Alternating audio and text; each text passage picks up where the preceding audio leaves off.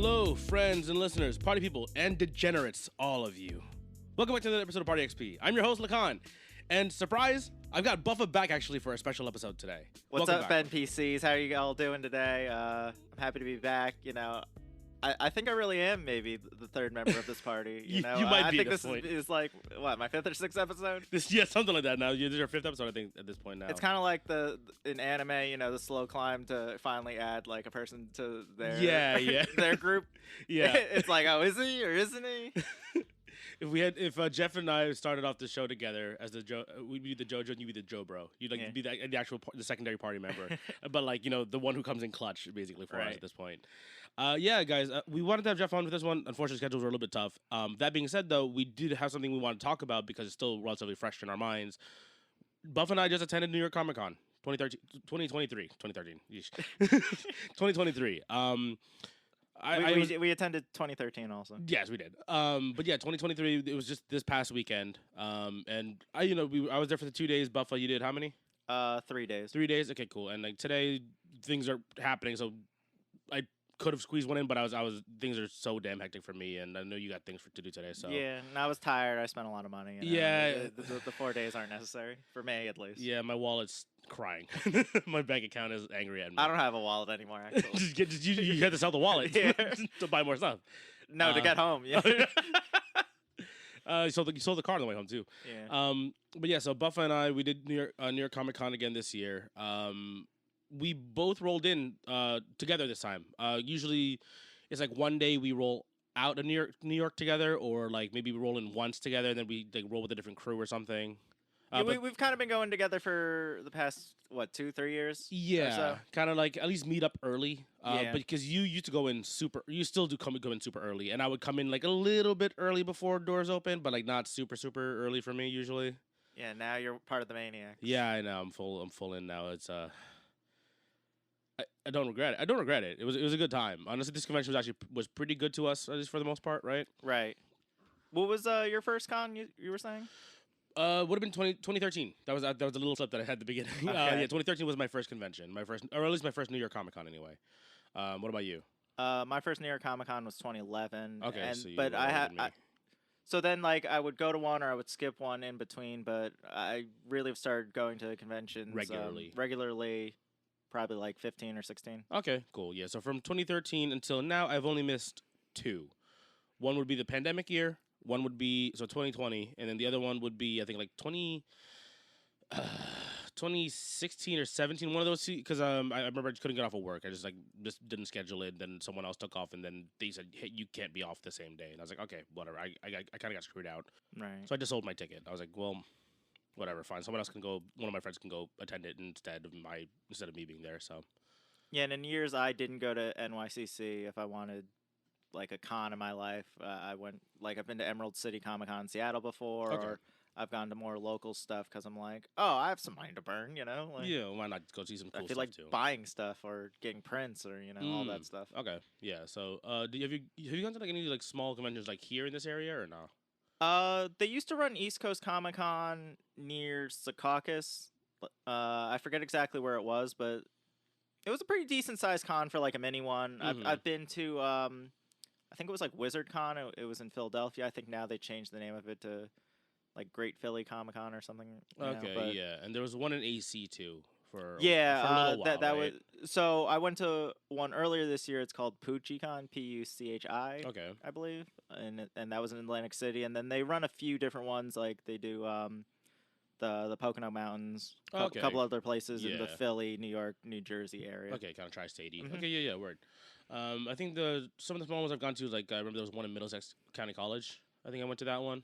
And the small ones are like really fun, especially if you're looking for like indie artists or like if you're not looking for con exclusive stuff. These are cool ones to at least whet your appetite to. Yeah, and also just meet some like local people. You know what I mean, if you just want to like hang out with like some other nerds, it's fun, right? You just get to nerd out and talk about stuff and meet people in costume and stuff like that. So that's always fun. Right, and the small ones still have they'll still have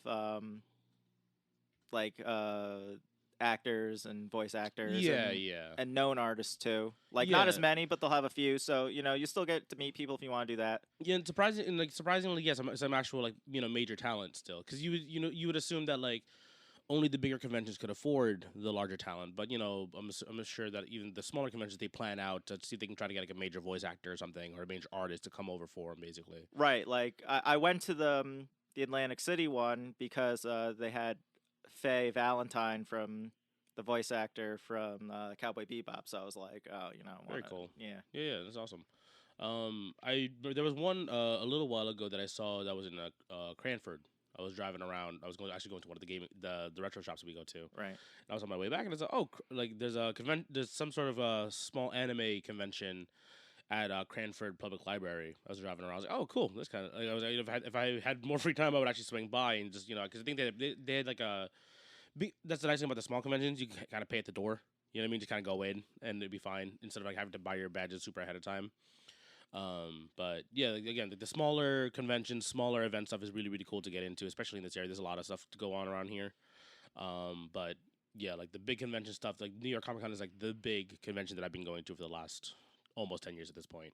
And we've also consistently gone to Anime NYC. The last couple of years also now, at the Javits Center, for 2-3 years. 2 years now. This is going to be our third year, I believe, right? Yes, this will be the third year. Yeah, this will be our third year, and I've been to PAX the last 2 years, or last 3 years now that I've been to PAX. So, and I think I might have mentioned in a previous episode that PAX is currently my favorite convention as of right now. I think that's just because it aligns a lot with my interest, which is mostly indie games and being able to talk to the developers and stuff like that. And I'm always on the search for like the next small game that'll blow up kind of thing. So I think that's why for me it kind of became more fun. That being said, we're gonna roll back a little bit here. So focusing on New York Comic Con. You and me, we started off our convention here. It's been a hell of a week for me. You guys remember Jeff Fernandez, who hopped in for a couple episodes. He got married this past week as well too, and then that led straight into New York Comic Con for me. So I've had a very, very busy weekend straight into New York Comic Con. Thursday we got up at like 5 o'clock. I was up at 4, I was up like, getting ready, and then getting the car ready and all that stuff. Yeah, all my stuff. I emptied out my book bag, like my convention bag, basically the day before. Prepped everything, badges, a bottle of water, stuff like that. The stuff we need to bring in. And I think I never realized that you could bring in water and food. I mean, like I've really? seen people do it, but I always think like it's like Disney World where they like check your bag or whatever. But recommend you should bring your own stuff. Yeah, like food and water. I've always brought a water bottle of some sort. That's always been fine from my understanding. And I know other people bring like Norm brought a lunch bag. He brought a little some snacks with him and stuff like that. So I never think of it. Don't think that far ahead. You're too busy thinking about whatever you're doing at the convention. So we're up at the ass crack of dawn. We head up to what is it? We head up to. I guess ironically, going back a little more, I also was in a wedding over the weekend before New York Comic Con. I was in Tennessee, so I flew back on Sunday, worked 2 days, and then was like, oh well, hit the ground running. We have to go now. Now we got to go to Comic Con.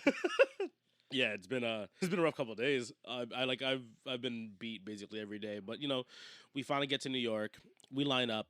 We get there relatively early-ish, right? We get there like 7:30, 7:45-ish, right? And then we're in line. We've got a short. Luckily, we have a relatively short line ahead of us, right? We got in. Well, because we had the VIP passes. We have VIP passes this year. It wasn't bad to get in. It was relatively quick. They let us into the building about an hour before the actual doors open. Hang out there, we're kind of chatting up with people in line, just kind of trying to figure out like what's the plan of attack, right? Because we know we have a couple booths we have to hit early, so we can try to get some of the exclusives that we actually really want. So this is the first year we had VIP passes. The past couple of years, like if you guys have ever been near Comic Con, they kind of throw you in that basement line queue. Yeah, the big queue hall downstairs. Yeah, and the VIP people are upstairs, so they open the doors a little earlier for you guys, and you're like right there on the floor, so you could hit the ground running. Yeah, instead of having to run up from the basement. I mean, it's a few extra $100, but I'm like, we're kind of worth it. Yeah, we're getting older, and I'm like, oh, I could be the first in line at that booth. Yeah. So I cut out at least one line of the day, and then the second line I'm going to, I'm like, either kind of front or at least mid. Yeah. So it saves a little wait time. Yeah, and so for this convention, we've talked about like we'll probably get into a little bit deeper later on. But we've talked about like having to worry about like con exclusives and stuff like that. This year, I didn't have a whole lot going on for me. I had a couple pins that I really wanted, and a couple small figures that I wanted, like the Chomp, the Filipino flag Chomp one that I wanted, and then the New York Comic Con exclusives. I bought the tracksuit, but that didn't happen until the next day anyway for me. But so Thursday, I wanted the Filipino flag figure and a couple pins, and that was basically it for me. You helped me out with a couple pins early on, and then. Unfortunately, the one other pin that I really, really wanted, I got into the line, and they cut off the line to the person right in front of me. And they were trying to keep they were kind of getting nervous about like things getting too swarmed before the doors are fully even open. So they're saying no overflow. We're cutting it off here. You have to get out of this area. I'm like, are you serious? Like this is even everybody in yet. Like the line's like not even maybe like 50 people deep. It's like 50 people is nothing. This line is not that long, and I was kind of annoyed that they cut it off right in front of me, of course. And they were telling us we can't hang around, and I was like, okay, sure, whatever. Like, and the thing that bothered me was like this is the fig pin, and these guys have been here. Yeah, we can mention names, right? We on this can fig podcast. pin. I'm gonna bitch and moan on this episode. So this is for fig pin, and I was kind of annoyed because like they've been there long enough. They've been at New York Comic Con multiple times now. They should know that things are going to be a little bit hectic. I was gonna say they've been going there since what 16? Yeah, something like that. So 16, maybe 17. Yeah, that's a couple years under their belt. They should know how things run at New York Comic Con at this point. And they was kind of annoyed that like they were like, we got VIPs for a reason. You know what I mean? It's like what's the point if you're going to cut off VIPs in the first place before the doors are even fully open? So that was like the only real L, luckily for me, that I took on Thursday, and then it ended up not being an L because we just went later. We just went later, and they had everything still. Yeah, exactly. The only thing that was like out was like the two that you wanted, right? That was really it.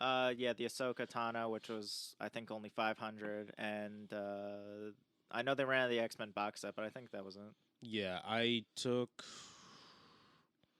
was considering the Ahsoka, but I was like, it's fine. It's not really something that I was really super like dying to get. I just wanted the Lloyd pin from Spy Family. That was the only one I was really kind of worried about, and that was fine. That was not really an issue. And then the Sailor Moon I ended up getting the next day from Crunchyroll, and that was basically it. That's all I really needed. Right. What about you? How was the beginning of your Thursday? It was pretty good. We had the divide and conquer method, and if you're gonna go with friends, I highly recommend doing that because especially at booths, if you're looking for exclusives that offer 2 or more of a single item, you guys definitely should split up because someone stands on one line, someone stands on another, and then you guys can both get it as opposed to both of you standing there getting one of each. Yeah. And then you wasted the time. Kind of a waste of time right there. Right. So I went to Fugitive Toys first. They had an Inosuke fig pin that was exclusive to them, so I picked up a couple of those for me and Lakan and another friend of mine.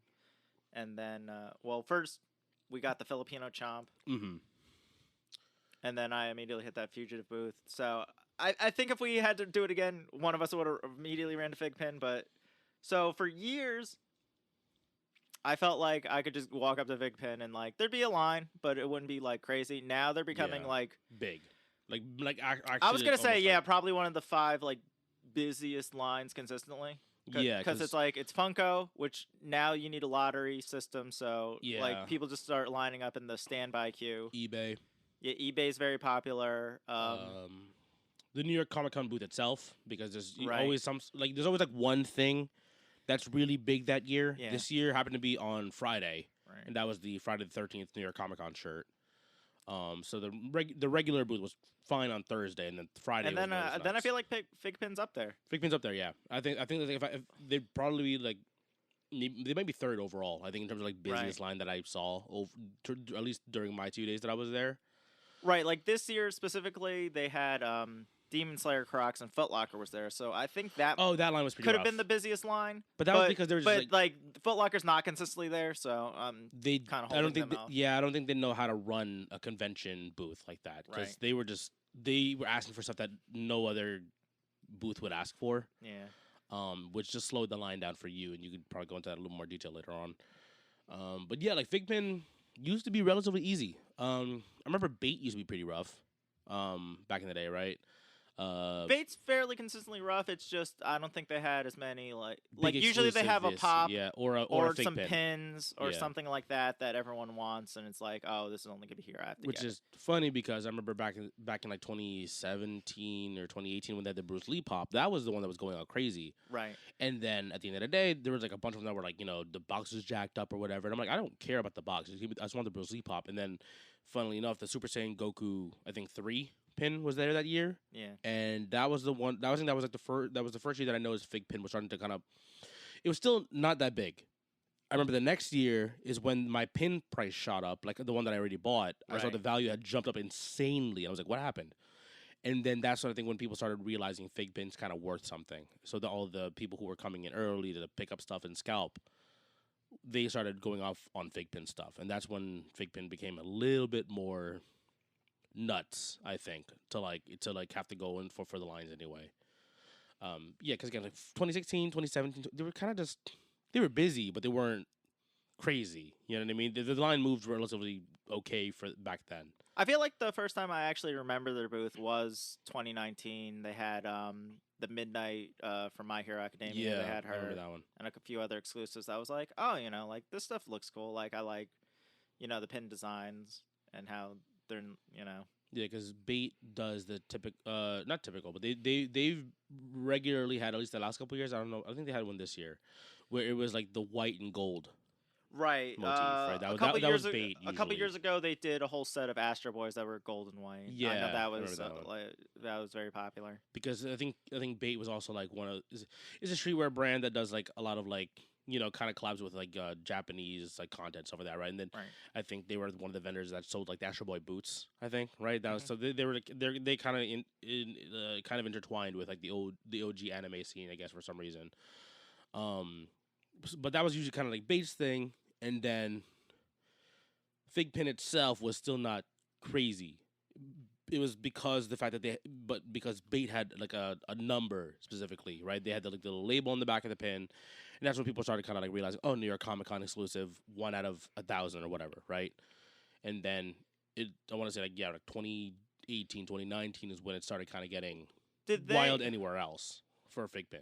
My memory's a little foggy on this. Did they have Comic Con in 2020, or was it 2020? It was digital only. Okay. So everything had to be digital online. You're still doing the kind of the queue stuff online kind of thing, the queue it, whatever it's called. 2021 we were back in person. So whatever your Funko wasn't there. I remember Fig Pin had exclusives and they gave them to the New York Comic Con booth. That might have been 2021. Okay. Because I remember, Funko wasn't there. A lot of the bigger names pulled out. So that's when I feel like Fig Pin got really big because it was like they were the only. Like, oh, here's a lot of exclusives. There's no Funko, so people were like, oh, fiending for something. And those lines I remember being crazy because like I was one of the first people on the line anyway. But then like, the New York Comic Con booth, like I felt like, oh, they actually waited till 10 o'clock, or they had trouble getting their computers up. That was it. Yeah. Because like the internet was down and like the credit cards were down. So like then when I look behind me, I'm like, oh my god, like they're so like this line is gigantic. I got cash. Yeah, and then I had cash, so I just went through anyway. But that's a different story. So then I think after that, that's when people were like, okay, we're going to start lining up at this booth. It doesn't take, you don't have to do the digital reservation, or there's no digital lottery to get into it. For the people who are scalping, right? Fig Pin makes money. Yeah. So, yeah, I think that's when the scene realized fully that Fig Pin is worth something, I guess. That's just because, again, like, no Funko. But so now I think it's in the consciousness of now con-goers. Everyone just thinks like, okay, Funko and Fig Pin are like 2 of the bigger ones now that have a name specifically for them, and then eBay obviously it's eBay. Like they've always got something going on for them as well too. So after I took the L at Fig Pin, in the beginning of Thursday, I ran over to Toy Temple, and I was able to get everything that I wanted. That was the Anya pin, right? That was at that table. Yeah, that was Anya, Tengen, Law. Yeah, which I know you wanted a lot of that stuff because you still follow DBZ. You're into One Piece now, right? Yeah, and, I'm fully into One Piece. And still following Demon Slayer. Yeah. So I started taking the full plunge of retrying to do One Piece again. I'm trying. You know what's weird? So aside from Figpin, the Figpin booth is slammed consistently. Yeah. And then Figpin distributes some other like exclusives to other smaller Toy Temple and not Fugitive. Yeah, smaller-ish vendors. Yeah, like not the. I mean, they're big, but like they're not the mega. the main booth. Yeah, exactly. Yeah. And it's just like those booths aren't slammed, so I'm like, yeah, like I went. I always wonder if people just don't know that there's other pins at these booths, or I think so, because when I went back to Toy Temple later the afternoon, they realized those also have the limited edition on the back like label. Right. So that's when they started getting slammed. But even then, I went, like we're talking like we went to a booth right at the beginning with a Chomp, because that was limited to like 250 the entire convention. I took the elephant pin. You crossed the entire floor. Yeah. And then I crossed like halfway through the building, and then I'm at Toy Temple, and there's like no line. I'm like, oh sweet, cool, I can get everything done here. That was like a majority of our stuff done already right off the bat.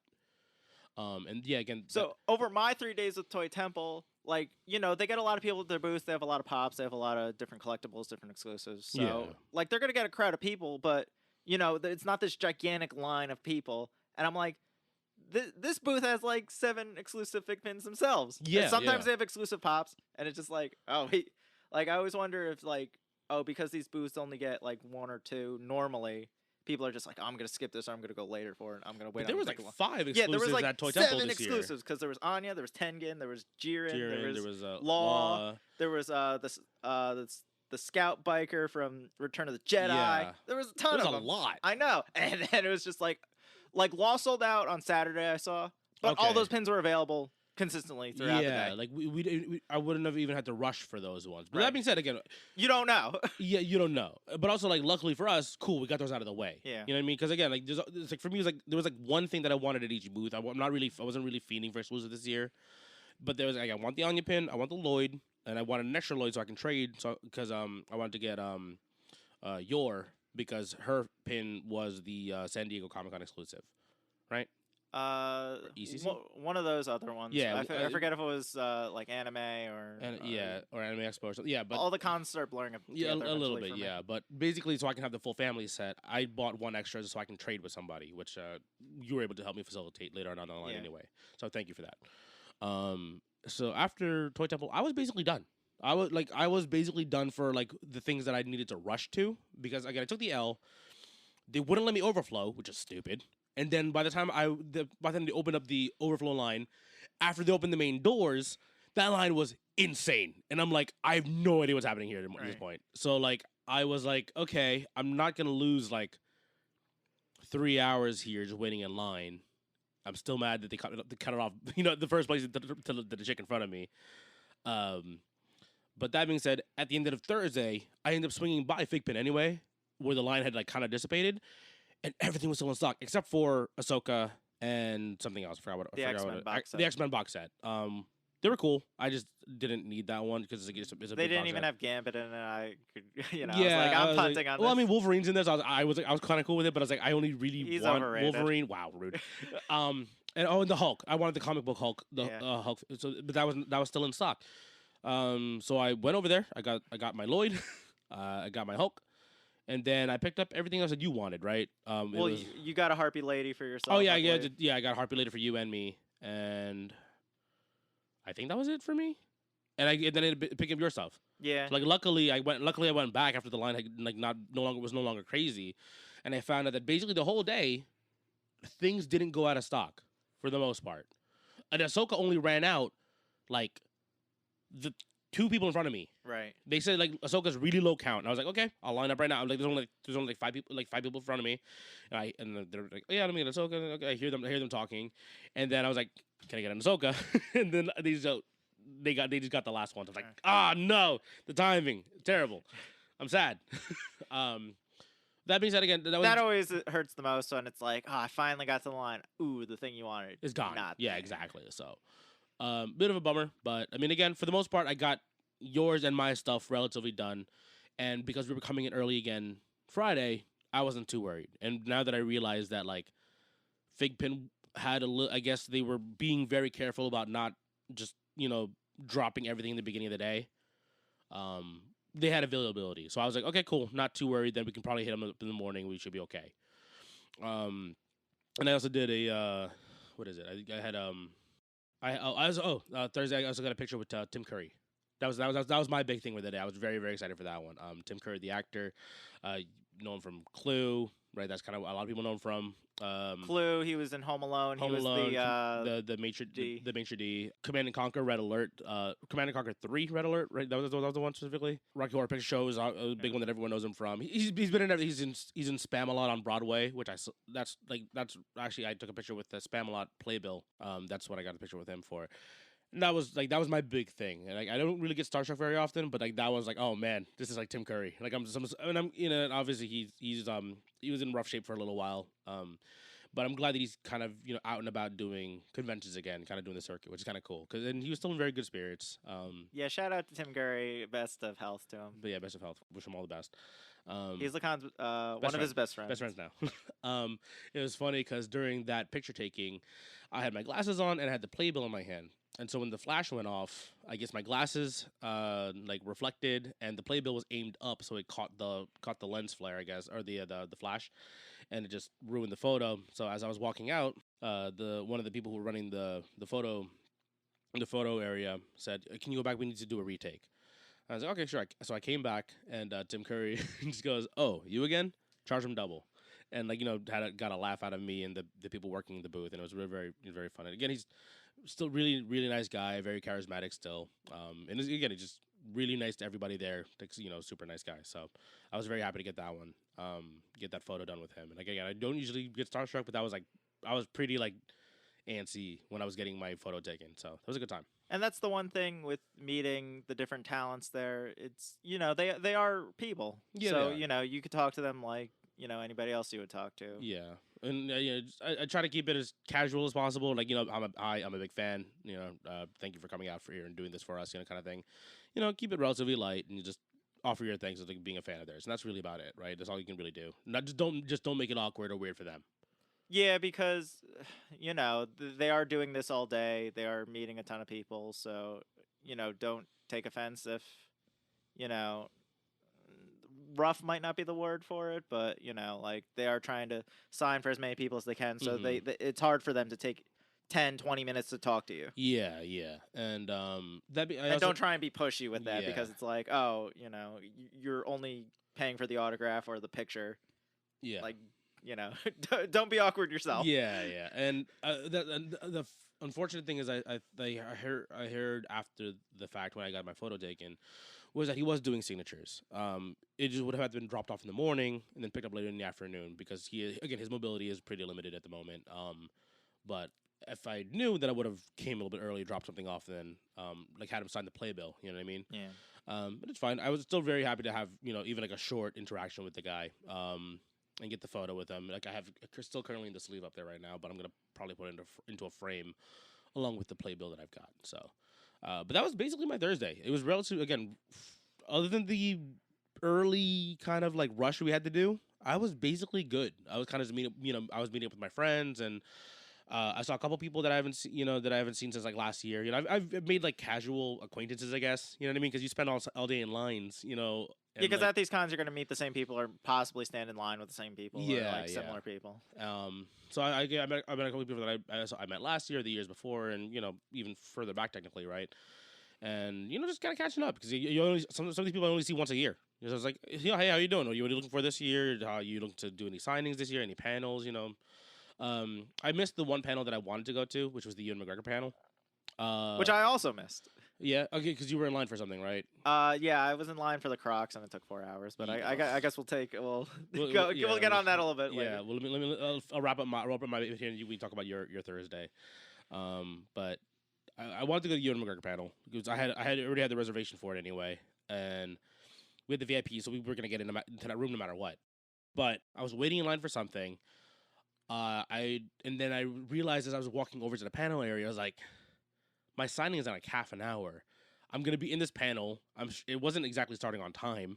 It was I think it was 5-10 minutes ish behind from my understanding, because obviously they have to file all the people inside the room, and then I would have to leave 20 minutes in, or 5 minutes, 5-10 minutes in, to go line up. So it was you would have got your hello there in, and then just left. Exactly. So I missed the official hello there, but it's fine. I heard it was. They live streamed it anyway. Yeah, they live streamed. I'm just gonna catch the VOD of it later. That's fine. I've heard it was fun. So, but basically that was my Thursday. It was relatively relaxed for the most part, and then we kind of dipped out kind of early. Not really. Like 5:30 ish or something like that. We dipped out around that. Went to grab food, and then you still had something to do that night. Yep. So that was basically my Thursday. Again, that was the stressful day for me because that was the one we're trying to get all of our shopping out of the way, so that way Friday can be a little bit more fun for me because I was in costume Friday. Thursday I was in regular clothes. So that was my Thursday. How did your Thursday go? So same thing. I rushed in. Like I thought overall my Thursday was very fun. Mm-hmm. You know, like you said, we missed out on the pins in the morning, so we were a little bummed about that. But you know, glad we got them later.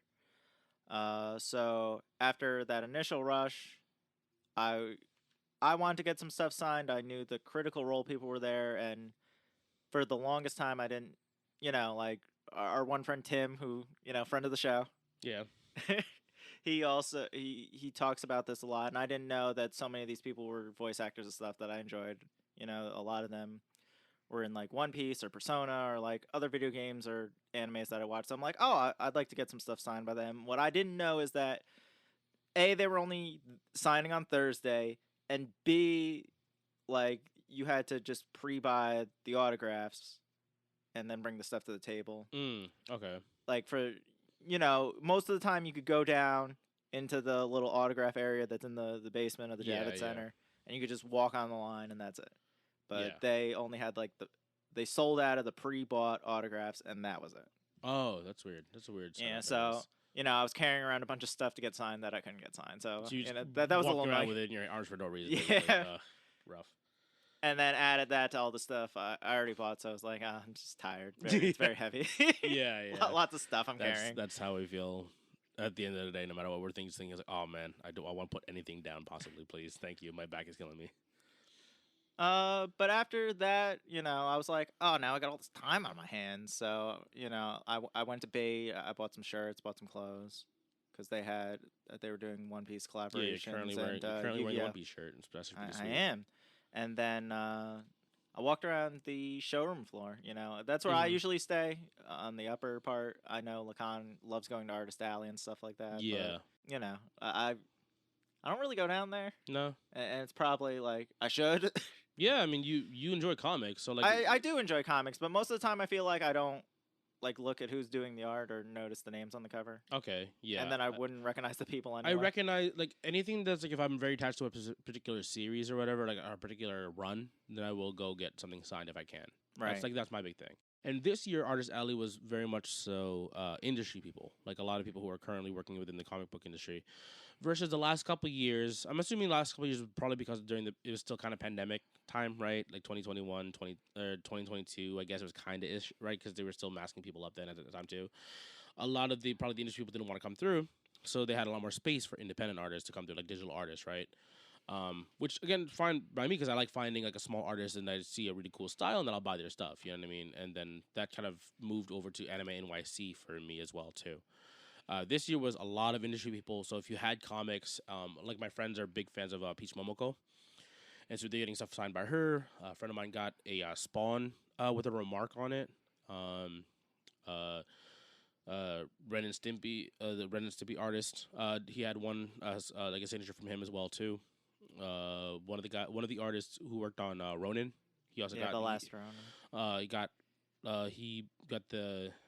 He bought his original comic, and then had Ronin signed yesterday, I believe. So that's the thing for me. It's like I love Teenage Mutant Ninja Turtles. I loved the last Ronin series, but it's just like when I think of like Turtles, and even though they are like a little bit involved, like it's not really their thing. Mm-hmm. Like I think of Eastman and Laird as the Turtles creators. Yeah. So I'm like, if anything, like I'd want which Eastman was also there, right? So I've had stuff signed by him in the past. Mm-hmm. So yeah, he did some of the Pop Stun too, right? Right. So I wouldn't think, let me get it signed by this guy, even though he might have did all the art for it. Yeah, I'm like, I want to get it signed by Ethan because like, he's the creator of the Turtles. Because the thing is, like, I guess, like, if you look at the other artists who are working with the art team, I guess it's like you don't know if somebody was in charge of like the art direction or how they want to take the panels or the storyboarding and stuff like that. So, but from my understanding, Shaw was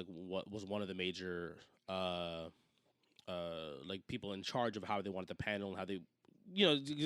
It's totally different from a lot of the other TMNT stuff. This was obviously a much darker story, so they kind of they storyboarded it different, and I believe he was a bigger part of that in comparison to like previous comics, where obviously Eastman's more in charge. I think, from my understanding. So, but so other stuff like that. I only like the big time names, I guess. I get it. I get it. That being said, again, for me, I got something signed yesterday, but I only got something signed yesterday through you, basically, because I missed them the first my first 2 days. So, but yeah, you spent most of your time on the floor, and then you said you lost a couple hours, unfortunately. Right. So it was going to this one now. Yeah, go ahead. So it's 12 o'clock, and I'm like, oh well, I have like 2 hours until the Ewan McGregor panel, or like until I want to start heading over there, and I'm like, oh well, I know someone who wants the Crocs, so so Crocs was having a collaboration with Demon Slayer through Foot Locker. And Foot Locker is not a regular at the show. At least I don't recall them ever being at the show anyway, right? Right. Yeah, not in my time. Not in recent history anyway. But so they were having was it like Tanjiro colored? Yeah, the main four: Tanjiro, Nezuko, Zenitsu, and Inosuke. And to be fair, they're kind of heat. Right. I appreciate now that Crocs are like kind of like so big that like even if they're like derpy looking, everyone kind of acknowledges like they can be cool. Yeah, because when we were in high school, you got made fun of for wearing those. When Crocs was still kind of becoming a thing, right? Like even like early college. I don't care. They're comfy as hell. I love Crocs. I don't give a damn if they're ugly. But these were kind of like really cool colorways, and I was like, I would have liked a pair. And Demon Slayer is like one of the hot animes right now, big shonen titles. So I was like, okay, yeah, fair that they have a really popular collab with them. So, but anyway, I'm like, I got 2 hours to kill. There's no way this should take 2 hours. I'm standing online, and then like 2 hours in, like I've moved like halfway on the line, and I'm like, well, fuck, like, if I could leave now, I wasted 2 hours. Yeah. Even though, like, I wanted to see the Ewan McGregor panel, but I'm like, I'm halfway through. Yeah, sunk cost. Yeah, I'm just like, I have to eat this. And I'm like, there's no way it could take, like, that much longer. Yeah. 2 hours. 2 hours more. I'm like, oh, here I am at the front of the line, finally. Oh, God. So 4 hours later, you're fine at the front of the line. Yeah. And then, so were you able to get anything? So I guess the thing that pissed me off the most is I'm like, what is taking so long with this line? I don't understand. Okay. And I thought it makes sense if everyone is buying the 4. Yeah. So then it's like, oh, they're buying the 4. So they have to bring up the 4. They have to grab the 4. Yeah. They have to, find if sizes. And right. Shit. Like if they're getting different sizes, that takes longer. But no, it was one shoe per person. So you couldn't get like all 4. You had to get one shoe. Okay. And, like people are up there trying them on, or it's like, oh, well, this one doesn't fit. Let me get this other different shoe, oh, I don't want the Tanjiro one now. Like, because it fits weird. Let me get the Nezuko one. And then they're trying that on, and it doesn't fit. This just sounds like a headache. And then, like, so they only had 2 registers. And then on the side of the booth, they had this, like, spinning camera to take pictures. And I'm like, you could have had 4 registers, and this would have went much smoother. Why did we need the photo booth also? I thought that was dumb. And then, like, when you're finally buy the shoe, they ask you to put your email in. Your email. And like, do a bunch of stuff. So it's like, if you're, like, Legend of Zelda Majora's Mask lover 657, you have to type all that in and, like, then put your information in. And I'm like, oh, my God. Like... somebody stop the madness here.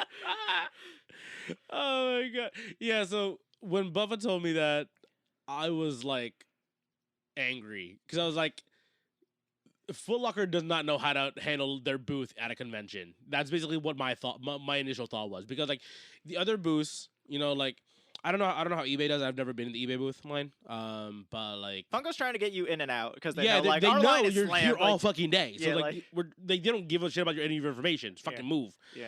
But like Foot Locker's over here trying to make sure you fucking like log into their fucking they have your information so they can fucking send you emails and shit down the line. No, you're making your money. Just get people in and out of here, motherfuckers. Like I remember just thinking is like, yeah, they don't know how to handle like the slam of a booth like this at New York Comic Con. They're not used to it. Right.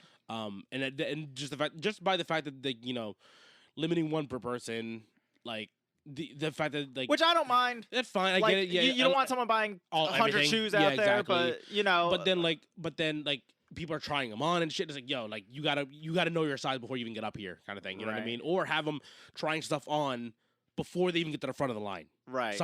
Anything just to help people move it along, basically. Yeah, because there was a lot of security or like people working their booths standing there, and it's like, oh, well, when you got to mid-line, these people should be trying these shoes on. Like, you should already know their size. Like, there should have been a guy standing there. It's like, oh, well, which one are you going to get? And then you're trying them on, done. Get them out of here. Exactly. And, like, have it prepped for them by the time they get up front. They just have everything in order.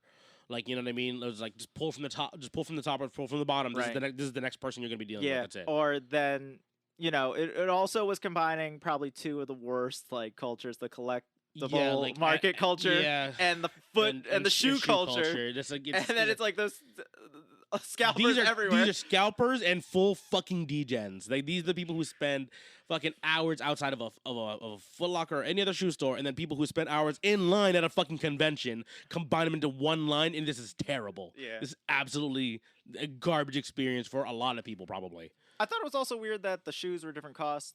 Nezuko was $65, and I think Zenitsu and Inosuke were $70, and Tanjiro was $85. That's wild. Supposedly, someone said that like they specially made the Tanjiro Croc, but I'm like, it's a Croc. Yeah, I don't get it.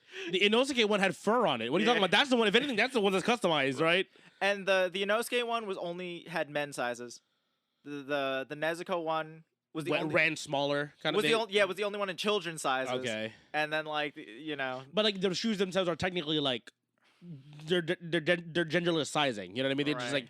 But they ran smaller for kids for Nezuko. Yeah, I that's weird. That's really dumb to me. I would have been like livid if I was in that line for that long. And they are going to drop them at Foot Locker, so there's a chance for people to get them. But the issue is they're also still going to be limited run, from my understanding. Right. And so, that not all stores are going to get them, or some stores might only get like Nezuko and not the other ones. So like I could tell this is going to be a mess, and I'm glad I got a pair. Which one did you get? Nezuko. Okay, yeah. I probably would have rocked the Nezuko or the Inosuke one. That's probably would have been So the Inosuke one I liked because I thought like the blue is nice. Blue could go with anything. The green I thought was a little green's a little loud. The checker green is like it's a look. And there was a lot of brown in it. Yeah, I didn't like the brown. Like half the shoe was brown on so I didn't like that. On the sole, right, or on the side of the sole. On the bottom, and then because it's checkered brown. Yeah, green, It's a lot of brown. And then Zenitsu is like the bright yellow orange. Yeah. And it's like again, like you gotta have an outfit for that. Yeah. What are you putting with that? I mean, to be fair, I don't care. Like Crocs are like my home slippers. Like I got them right here. Like my Crocs are on his feet now. Now they are. Yeah, like I've got Croc slides. No, those are for at home. I don't care. I'll just wear those at home basically. I don't give a damn. But okay, at least you got a pair. But then now the issue is if I want to buy a pair of them, I gotta hope that they're in the store near me, or if I can even try to get one online, because these are limited release. I'm like, I found that out after the fact, and I was like, well, that sucks. I think also with people's experience, like people who were there Thursday, then were like, oh, on Friday or Saturday or Sunday, if I'm here another day, I have to rush to the Crocs booth because it's gonna be a mess. And if you didn't get one there, then you're like, oh, well, now I gotta hop online and go through that mess. So it's gonna be ugly, I think. And so, and then you had what was after most of the con was done, you had something in the evening. Right, so Figpin was combining with a couple of the vendors. I believe it was like Plastic Empire and Chalice. Maybe somebody else I'm forgetting. But it's called Alliance Fest, so they were doing a little party outside of Comic-Con at they picked Dave & Buster's in Times Square. Times Square is normally like ugly, like to navigate rough through. To begin with on a regular day. I don't I wish they could have just did a separate panel and you reserved your spot, but whatever. Yeah. You're acting like there's not an empty room somewhere in the Crystal Palace or something. Come on now.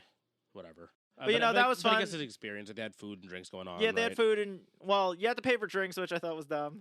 Well, it was weird because, like, they had water. So you had to, if you wanted soda or you wanted, like, alcohol, which I understand alcohol. Pay for alcohol. Yeah. I get that. But I'm paying for soda? Like, it cost, I think, what, like $150 or $200? for the That should ticket be to this included. event. Yeah, That should be included at that I'm point. like, bro, like, you can't give me a soda? Y'all are making money already. Yeah. Y'all need to calm the fuck down. Okay, so what'd you get out of this event thing? Because I remember you said the whole point of it was that it was like a group of the other distributors and like sellers, basically, right? Right. So like Figpin has done this a couple. This is the second time because they did it in San Diego Comic Con also. Okay. I don't know where that was, but they give you an exclusive box, and the pins are very limited to, I believe, like 500. Okay. So in this box there was a glitter Sailor Mercury, there was a white and gold Ahsoka Tano, and then there was a cool, yeah. glitter Demon Akazar from Demon Slayer. Yeah. And then you get an AP pin, an artist proof, you know. Yeah. So, and that one's random. And then you also get a logo for the Alliance Fest festival that they had there. And which is cool because they had two different ones. And like, you know, it said the same thing, Alliance Fest on it, but it was either in the shape of the New York Fire Department or the New York Police Department. Okay, that's cool. So yeah. that was cool. And like the event's pretty cool because it gives you a chance to meet other collectors. A lot of people brought like their own pins to trade or you know, sell there. So you get to meet a lot of people. You get some food. Get some free pins. Did you talk to anybody? No, I'm very introverted, so I didn't talk to anybody. This event is supposed to be like a pin swap kind of thing going on. I didn't have anything to trade at the moment, so I'm like, what, you know, and you know, I'm a little afraid to talk to people. So you got your stuff, got in, got out. Right, and that like Dave and Buster's was also just open to the people there, so like they gave you a play card like with some money on it if you wanted to play. I'm like, I'm tired. I've been up since 4 a.m. Yeah. I don't really feel like sitting here playing Fruit I'm Ninja. To call it, yeah. And while Buffa was doing this whole shtick, I was down near Book Off, like a couple blocks over, basically, and then I ended up hanging out in a cafe. Just like I was so dehydrated, so I was just like, I bought like a 1.5 liter bottle of water, chugged that, just sat there with like a mean headache, just trying to survive for the next like however, because we didn't know how long this thing was gonna run for, and like Bubba said maybe 9. I was like okay fine, whatever, dude. Well, I'm here. I mean, I left earlier because, like I said, I was tired. I've been up since 4 a.m. Yeah, I had some food. But you said maybe 9, so I was like, I was prepared to just like. I think it was actually open till like 10 or 10:30. Yeah, they also had a raffle, but I'm like, screw raffles. I hate raffles. Yeah, I was like, I'll just silently suffer in this cafe for like 2 hours. I don't care. I need to be ready to mentally prepare myself to just be here and be tired. Like I got my Steam Deck on me if I wanted to kill time or whatever. You know what I mean? So that would have been fine. But I was like, okay, I'm just gonna have to wait at least a couple hours for Buffa. That's basically all I was thinking. So one other cool thing about when Figpin does events, if you have the app and you consistently like register your pins and stuff like that, they have like a little booth there where like if you put your pin in, like it can increase the score of the thing. But what you mostly want to do is like it adds that you've been at an event at like a Figpin branded event, and then like, you know, it gives you more access to stuff on the app. Okay, that's cool. Yeah, I should really start doing that Figpin stuff. I just kind of collect my stuff for myself anyway. And then on the way home, we swung by our friend's house to drop off something for him. One of the exclusives we ended up picking for him, and then had a quick chat, and then we just drove back to our place. Basically, that was really it for us. Yep. So that's the end of day 1. Okay, day 2. On to day 2. Day 2. 1 day later. We do the. This was a lot better. This is a little bit better because we mentioned before we got most of our stuff kind of out of the way day 1. Luckily, right? Right. So we're like, all we gotta do is like 2 booths, really. One of the first people to the Figpin booth. Figpin, and and you had to get the Sailor Moon Crunchyroll. The Sailor Moon Crunchyroll pin, which surprisingly easy to get. I was like 3rd person in line. And right, we just had to know that we had to get this pin early because it sold out. Yeah, because it sold out the day before. I didn't know when, so I was like, let me just play it safe, get that one done. Because Figpin was like, we had the Ahsoka you wanted to get, and what was it again? I had to get an extra Gaitaro for somebody I knew, and like a couple other ones I wanted because so they sold out the logo pin also. So the logo pin, yeah, that's what it was. You know, spend $75 there, and I'm like, which is 4 pins roughly. Mm-hmm. You get a logo every year. So I wanted that. Yeah, because you've been doing Figpin for a little bit now, so you like collecting the logo pins. Yeah, I don't collect them all. I like the some of the different designs. Like the one for New York a couple of years ago was like a subway map. I thought that was really cool pin. I wish I got that one. Some of them when they do the box sets are like branded with the thing they're doing the box set of. So like One Piece, it's in like the One Piece design, or I think the random one that I have is like a Union Jack. I have no idea why. It's like a random fake pin like logo that I got. I was like, okay, sure, I guess. Why not? They did one as the American flag. They did one with like cherry blossoms in the back. Like some of the logos are very cool. Yeah. So you ran over to fake pin. Right. Again, we got in early. We got it a little bit later than actually we got in earlier technically. We woke up later by like half an hour. But we got in earlier, surprisingly. We didn't have to make a stop off somewhere. That's why. Yeah. So we got in. We were even further in line this time, or further ahead in line this time. Yeah. And so then since we knew we had to rush that booth, I was like one of the first 10 people. Yeah. There. And when I got to Crunchyroll, I was like the fourth or third person in line. And Friday you were dressed as Uncle Iroh. Oh yeah, I was in cosplay for this one because I was going to get my Avatar: The Last Airbender art book signed by Dante Bosco. And Thursday I dressed up as Makoto Yuki, the Persona 3 protagonist. Yeah, so we do cos again we cosplay because it's fun. It's for us, right? Like. I'm very uncreative and untalented, so I can't make the costumes myself. Neither can I. I commissioned mine. Yeah, I buy my stuff. Shout out to Panta Puff, by the way. If you guys ever need cosplays done, she is a seamstress who I believe was in Portugal before, and now she's in Spain. But she was on Fiverr. That's how I found her. So Panta Puff, thank you very much for your cosplay. Appreciated you so much. I'm definitely commissioning her again.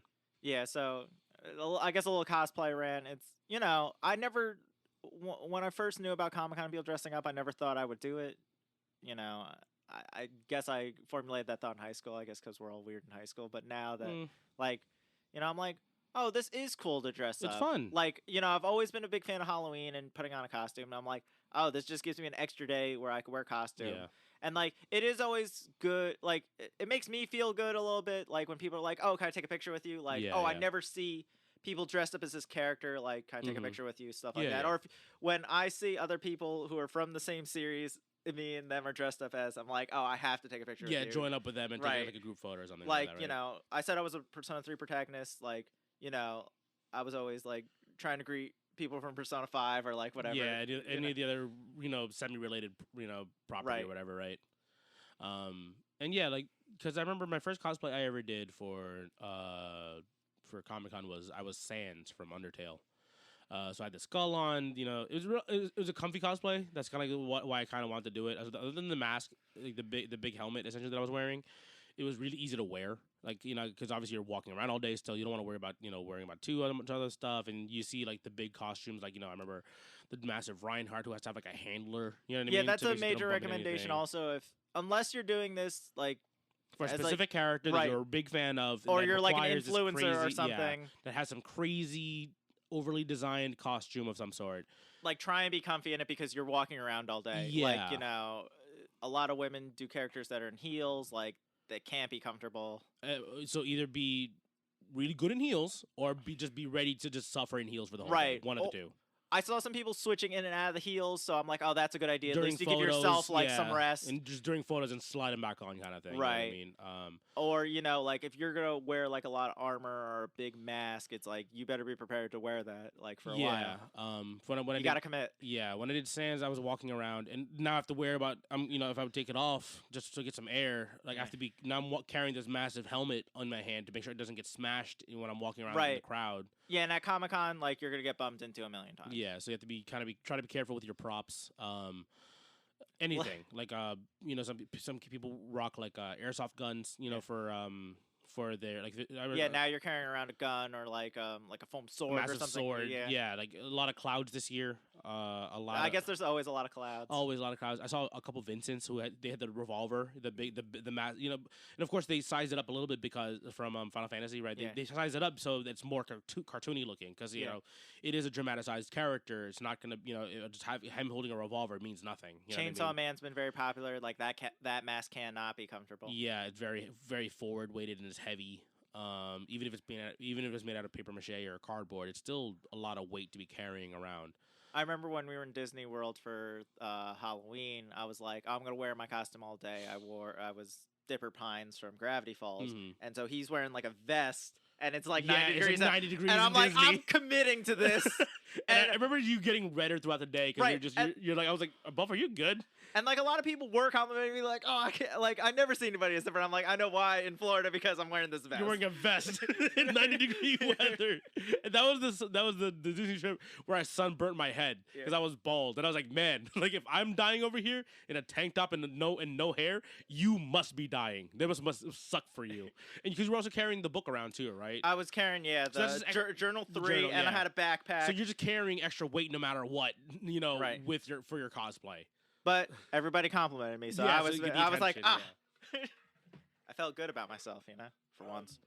So for me, the first time I did the Uncle Iroh costume was 2 years ago because they had the Braving the Elements panel, which is like the podcast with Janet Varney and Dante Bosco, where they talk about essentially every episode of the Avatar: The Last Airbender series. And I missed the panel, unfortunately. It was booked to the max, basically. But I got a picture with them. And again, this is like pandemic time, so they had like an acrylic wall between us and like the talent, basically. Still got the picture, still fine. That one had like foam armor that I wore on top of it, which was fine because it made it very light, but it still trapped heat. And that was the issue for me for wearing that costume. So this one I wore without the armor pieces on top of it. So it was like, you could still recognize it. Like, people still did recognize it, but a lot of people walk by me like, oh, like, are you wearing something from this show? And I was like, no, it's from, Avatar: The Last Airbender. I'm Uncle Iroh. And they're like, oh, okay. Oh, yeah, you're right. Then they noticed it afterwards, right? Yeah. But, because obviously the armor is like a big piece of his kind of design, especially in the beginning part of the show. But, yeah, I was wearing a robe, and I was like, oh, man, this is so much more comfy. And then, because versus, like, other cosplay, I look at other cosplays, I'm like, they're wearing full armor, foam or whatever, and I'm just like, this is fine. It still traps heat.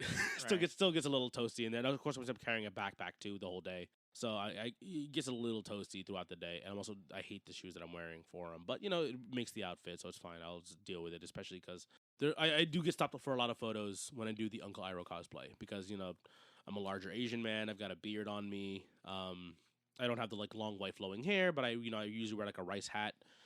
And for Avatar, people are mostly Aang or Zuko or Korra. Any of the gang, basically. It's rare that you do see an Iroh, so I think that's why people also take pictures. Yeah, and for the also because I'm a young Iroh too at that too. You know what I mean? Like I've seen like older fans of the show be able to pull off the massive beard, like the proper massive beard, right, of him as an old man Iroh. So I look a little younger.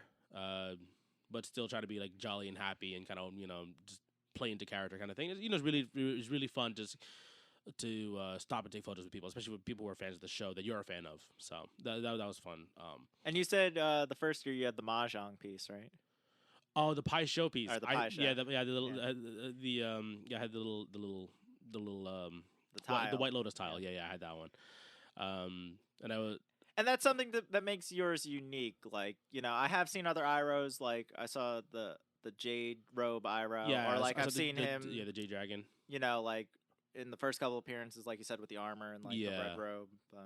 That gives something to make yours unique. Yeah, that you and have the piece. The only thing that I couldn't do was I don't want to wear the bald cap with like that long white hair. So I just use the rice hat, which he doesn't wear a rice hat in the show until they're like on the run from the Fire Nation, technically. Right. But it's like you can kind of it doesn't really ruin the costume. It's more just like it's kind of an amalgamation of two outfits that he regularly wears basically throughout the show. So, but yeah, it was cool. And then so Friday. So rolling back a little bit.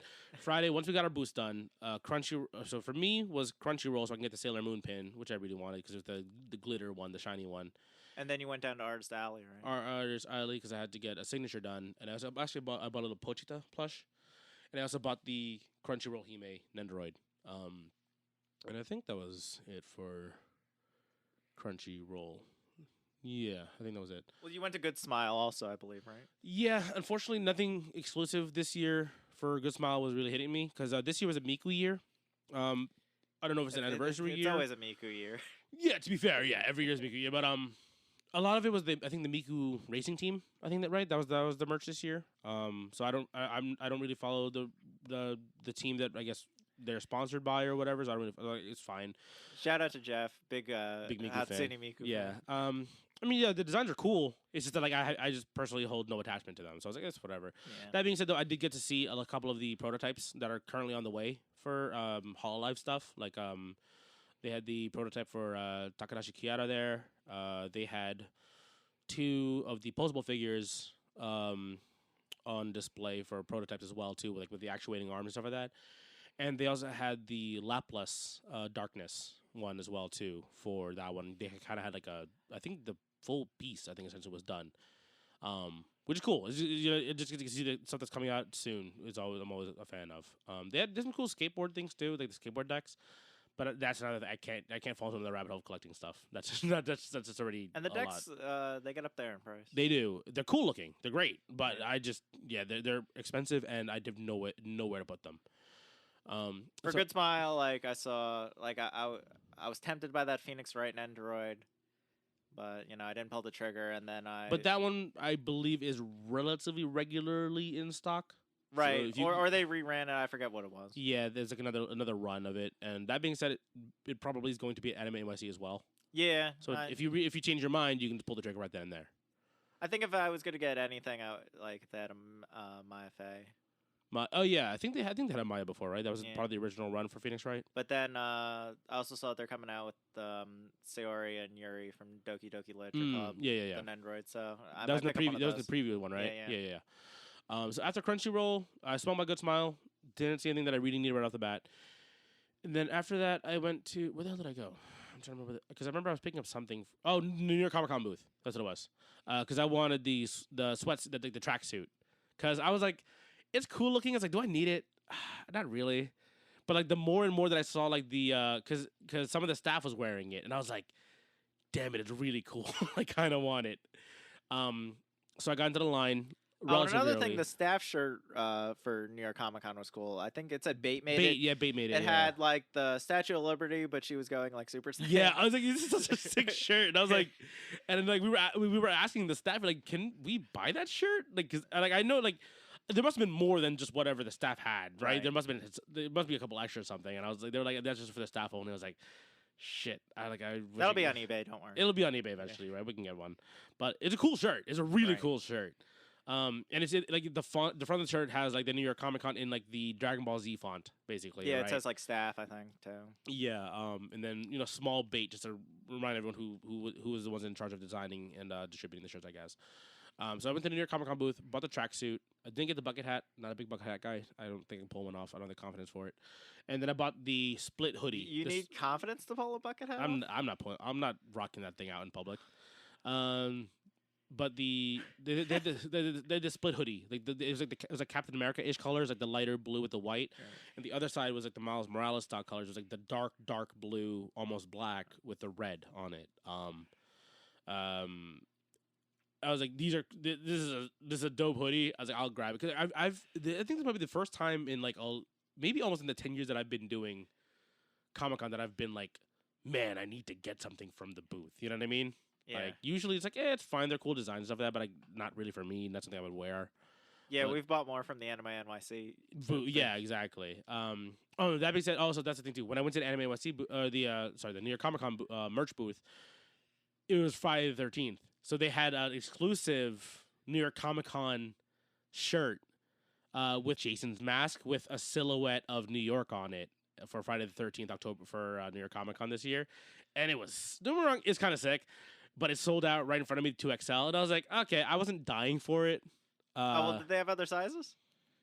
Like available? Large, XL, 2XL, and 3XL were all sold out. So I could have got one. You could have got the schmedium. Yeah, the schmedium. I get it. Does that say something about Comic-Con? It's all large. It's all big people, yeah. I think it's also probably, like, if you want to buy it, it's also easier to flip it if it's like a larger size or so. That means because America is large people. It is a cool design. I was like, man, if I don't really care about Friday the 13th, I don't really care about a lot of horror stuff. But that is a really cool shirt. Like sometimes you just see like the exclusive stuff, and you're like, because we're from the tri-state area, New Jersey, New York. It's just like, this is us. Like, yeah, exactly. Represent. Yeah, and like having that New York skyline silhouette on Jason's mask is, was like, damn, that kind of goes hard. It really is really cool. But I was like, if it sells out, it sells out. If it's there, it's there. And like it was like maybe like 10 people in front of me. I saw them crossing out, and I was like, it happens, whatever. I mean, I'll still get my stuff that I wanted, so it's fine. I also bought the Miles Morales exclusive long sleeve from the Marvel booth on Thursday because the Friday was the Spider-Gwen color scheme, which is really cool. I really liked it. The artwork is really sick on it, but it's just it's that really bright cyan. I'm like, I have no idea how I'm gonna wear this. Like, I have no idea. With confidence. It's not. I'm not like a color guy. A lot of my Whoa, can you say that? Calm down. A lot of my wardrobe is just canceled. Black and grays. Like, I'm very simple. Because you're a guy. Yeah, I'm a guy. Keep it simple. I don't want to think about my wardrobe. So I was like, the Miles Morales is red and black. That's fine. Also, very cool art on it. It's just that, like, I flipped the coin. Actually, on Thursday, I flipped the coin. I was like, because I was already in line for the Moon Knight pin. And I was like, flip a coin. If it's heads, I grab Miles. If it's tails, I'll wait until tomorrow. I'll grab the Gwen long sleeve instead. Heads, I was like, cool, getting everything done right now. We're done. I had a Peace Momoko signing for. I have a comic, and then a friend of mine who wasn't able to attend on Friday because he flew out after he attended Thursday, but he had to fly out for a wedding. So I got some of his comics signed and one of mine signed, and I was like, mine just for my personal collection because I'm a relatively new fan of hers, but her designs are really cool, and I actually have one from her DC because she does a lot of Marvel stuff, because I think she even has her own like story set with Marvel. So surprisingly, I have one of the DC ones. So I was like, it was really, really cool. You know, it's kind of like Japanesey watercolory kind of style to it. And then a couple of friends of mine actually won the print. I think she was selling a couple prints actually, so they got hers as well too there. And then basically once I was done at like, not even one. I went there early and the line wasn't crazy. Her lines have been insane the last couple of years because she's like a massive artist now essentially. But like there was like last year there was a fight. Like I guess it was controlled because you had to reserve a spot. Yeah, and you have to get lucky for that one too because they sold out very, very quickly. I got a spot. And I was like, cool, very quick. They were like, yeah, if you want to go ahead right now, just go ahead and get it done. I was like, cool, awesome, thank you. Thanks for like letting me just kind of go ahead of my time slot. I was kind of like, worried I was going to have to wait there for like half an hour and just like, just kind of like just hang out and do nothing. There was also a dog there. That was kind of cool. And then I got my stuff signed. And then, yeah, like I just met up with like the friends again. Also, my Jeff came there with his new wife, right? Not Katubi. Fernandez. No, Fernandez, yeah. He, as I mentioned before, he just got married like earlier that week. So, she was enjoying herself for her first like major convention because I don't think she's ever been to one. And she's never been to one. You're kind of dragging her into like the deep end. Like this, New York Comic Con's a big convention. It's very busy. It's packed. Was Comic-Con your first convention? Like, period? I think, no. I went to, like, a small-ish convention in Atlantic City years ago. Like, 2011-ish, maybe 2010. Okay. Yeah, New York Comic-Con was my first convention, yeah. 2011. And, like, also, if I want to include, like, a car show, I went to, like, I went to the car show in Atlantic City in 2009. Oh, yeah, that's true. That's similar. So, like, I've done... I've been to the New York City car show. Yeah, I've never been to the New York City one. I've been to the one in, like, City, and I went to one in, like, Pennsylvania. Okay. So I've been to, like, a small-ish convention before. I guess... I mean... the car show is a convention, but... It's a different vibe. Yeah, it's a very different vibe. Yeah, I get that. But it's still technically a convention of some sort. But... The one in Atlantic City that's the car show, and then it was some sort of like small anime convention. Like it might be bigger now for all I know. Like because they're still in a convention in Atlantic City. I don't remember the name of it, but it might be the same one. It might have gotten bigger from this point on, but I haven't been to it ever since. But yeah, my first like major convention, yeah, like that's again 2013-ish. I think is when I started going to New York Comic Con. So that's like the major convention I was attending. I guess I've been to Beer Fest too. That's like a convention. I guess it's a convention, right? I guess that's a different feel, also. Different feel because you're woozy. Yeah. But yeah, that's kind of. I'm trying to think anything else that I had to do on Friday. Friday, you also got the Dante Bosco signing. True. Yeah, that's what it was. So I got something signed. I came back. I was in line for a couple signings in Artist Alley. I was just trying to buy some prints and stuff like that, and looking for some artists that I've seen some of their stuff for.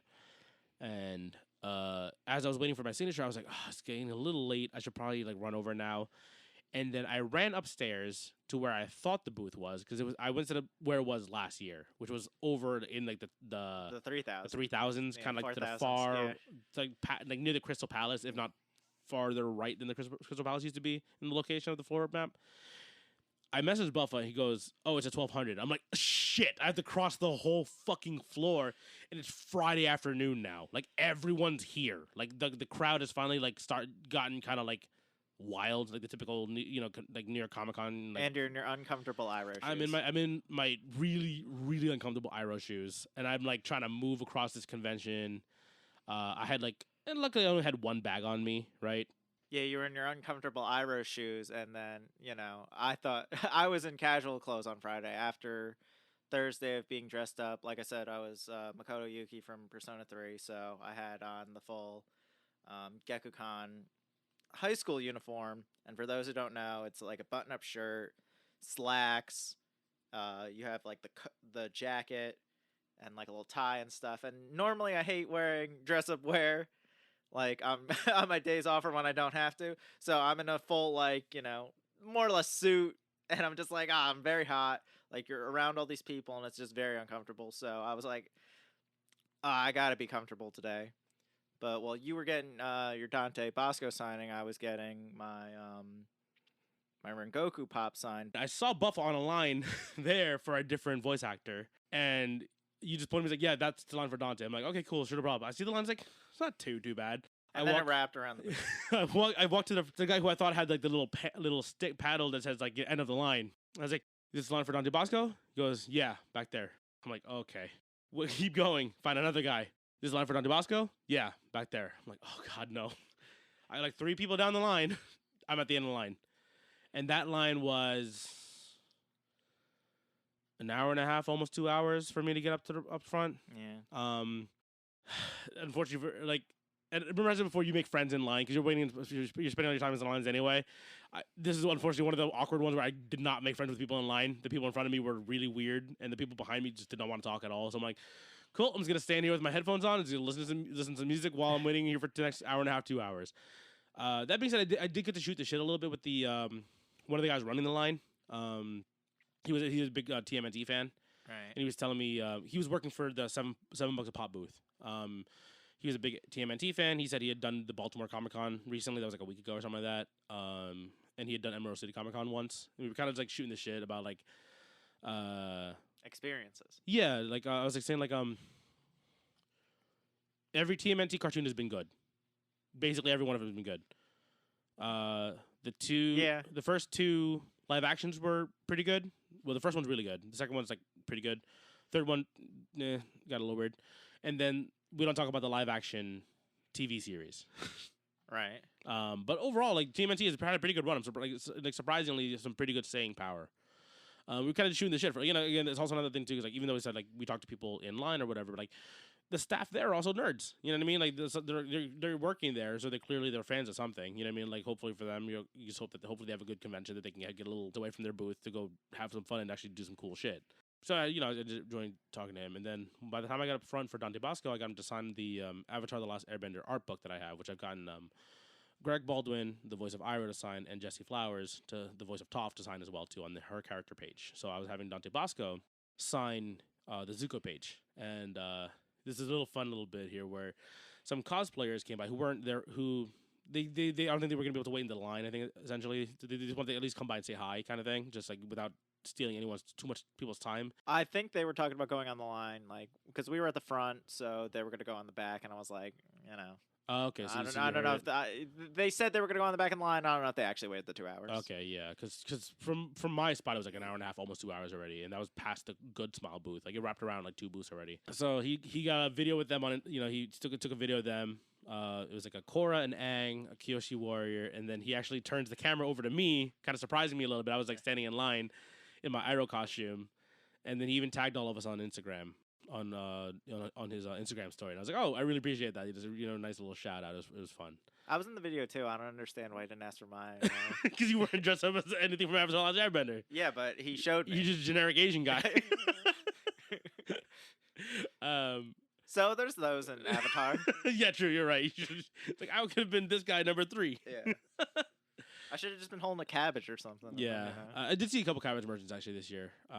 Surprisingly, actually, because I remember. I feel like you see one. You see a couple, right?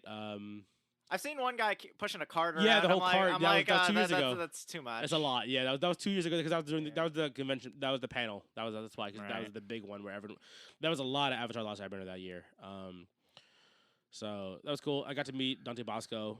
Have a short conversation with him. I showed him the picture that I took with him 2 years ago after the panel, and got him to sign the art book on the Zuko page.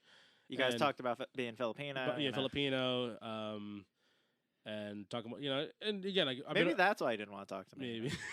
I mean, I had to just a quick little bit. We talked about trying not to be awkward, not trying to hold too much time for a lot of these actors or talents or whatever in the convention. It's you don't want to take up too much time. You don't want to be trying not to be awkward. But it's hey, but I watched Dante Bosco as a kid being a cool Asian character in media. You know what I mean? Because especially back in the 90s, if you were Asian, you were kind of just everyone just kind of just assumed you were a nerd or kind of geeky. You know what I mean? You couldn't really. Everyone kind of just called you Jackie Chan or Bruce Lee. Yeah, exactly. And then but having Dante Bosco being Asian and being specifically Filipino, was a big deal for me. It's well, I don't even know what a Filipino is, and Rufio. That cool motherfucker's Filipino. You know what I mean? I get to hold that one up as a flag for me as a win. Or Young Bosch as the second Black Ranger. Yeah, exactly. And for Dante Bosco, he was on he was on an episode of Fresh Prince where he was Ashley's boyfriend. You know what I mean? Come on, that's really big, especially for as a kid seeing a cool representation thing. Especially on TV. You know what I mean? Not being the nerdy sidekick to a main character. So I was for me was it he Take the Lead with Antonio Banderas, I think it was, right? He was the dance movie.